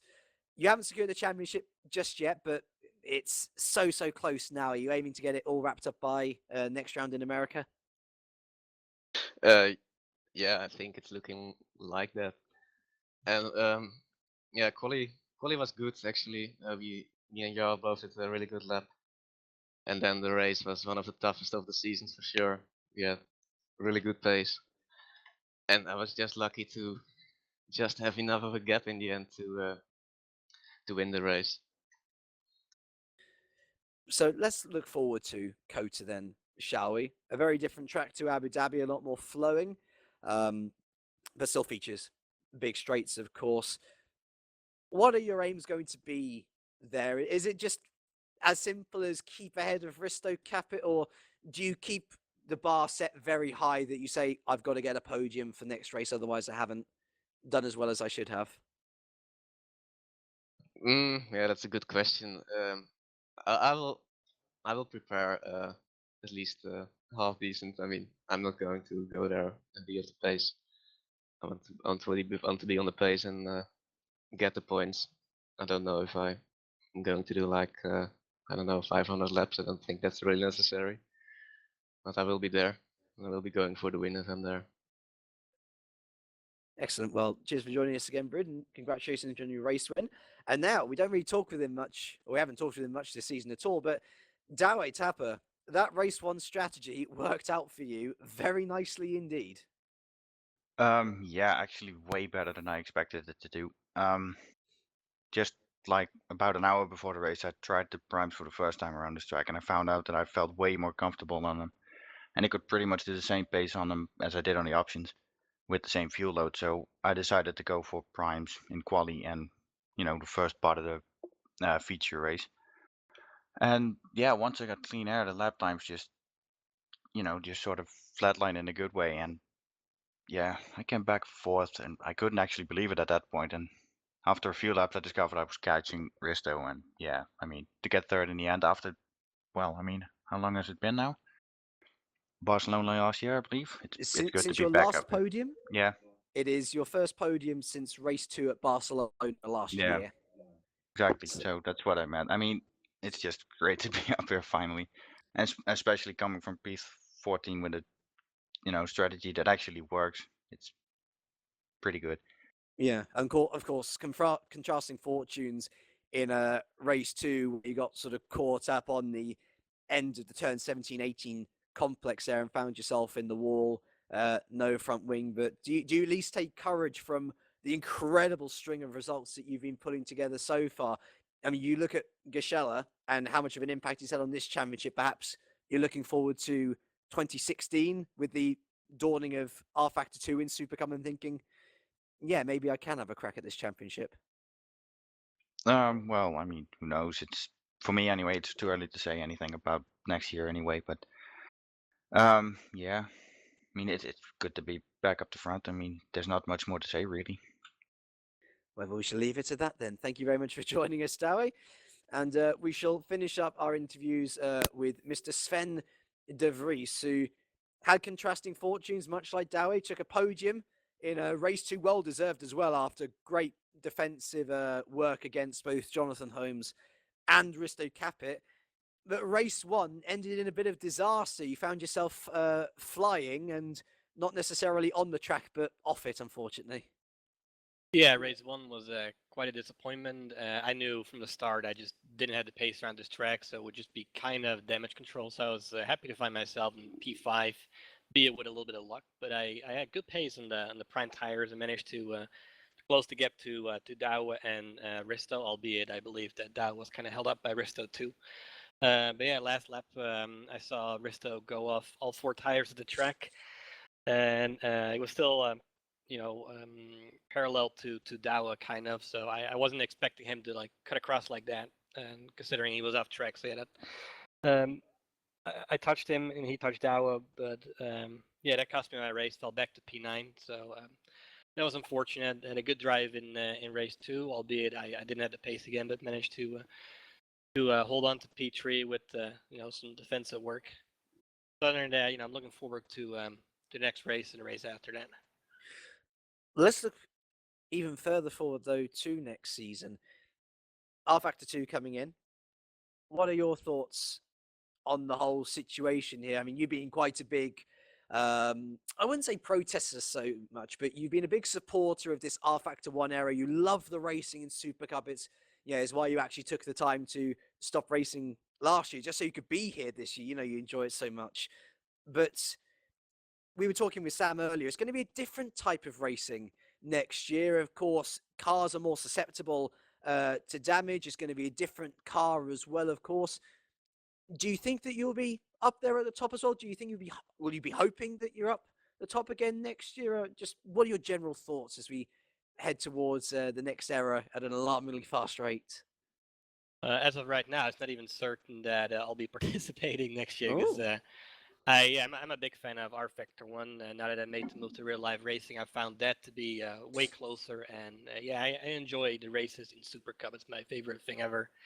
And I've just not have I've not had that in R Factor 2 with the Atlantics or other series. I don't see the battles, and I'm not necessarily sim racing to win, as stupid as that may sound. I'm sim racing because I want to have great battles, and it doesn't matter too much to me if that's for P1 or for P20. I just care about those battles, and I'm gonna check and see what the cars will be like. I'll give them a try. But if there's no R Factor 1 series next year, we may very well, do something else, unfortunately.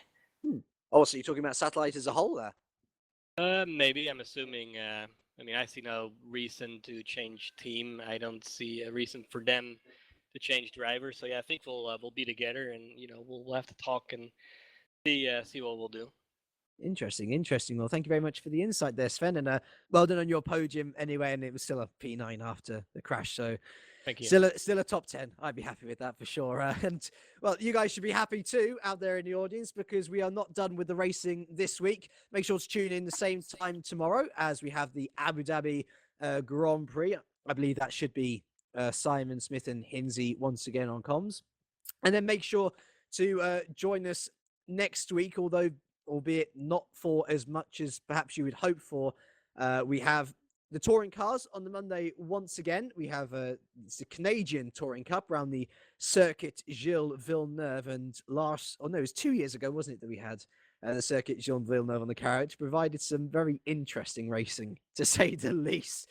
Some surprise podium sitters, so perhaps we'll get that same sort of event next time out. And also, we do have the final round of World GT on that Thursday at the Circuit of the Americas.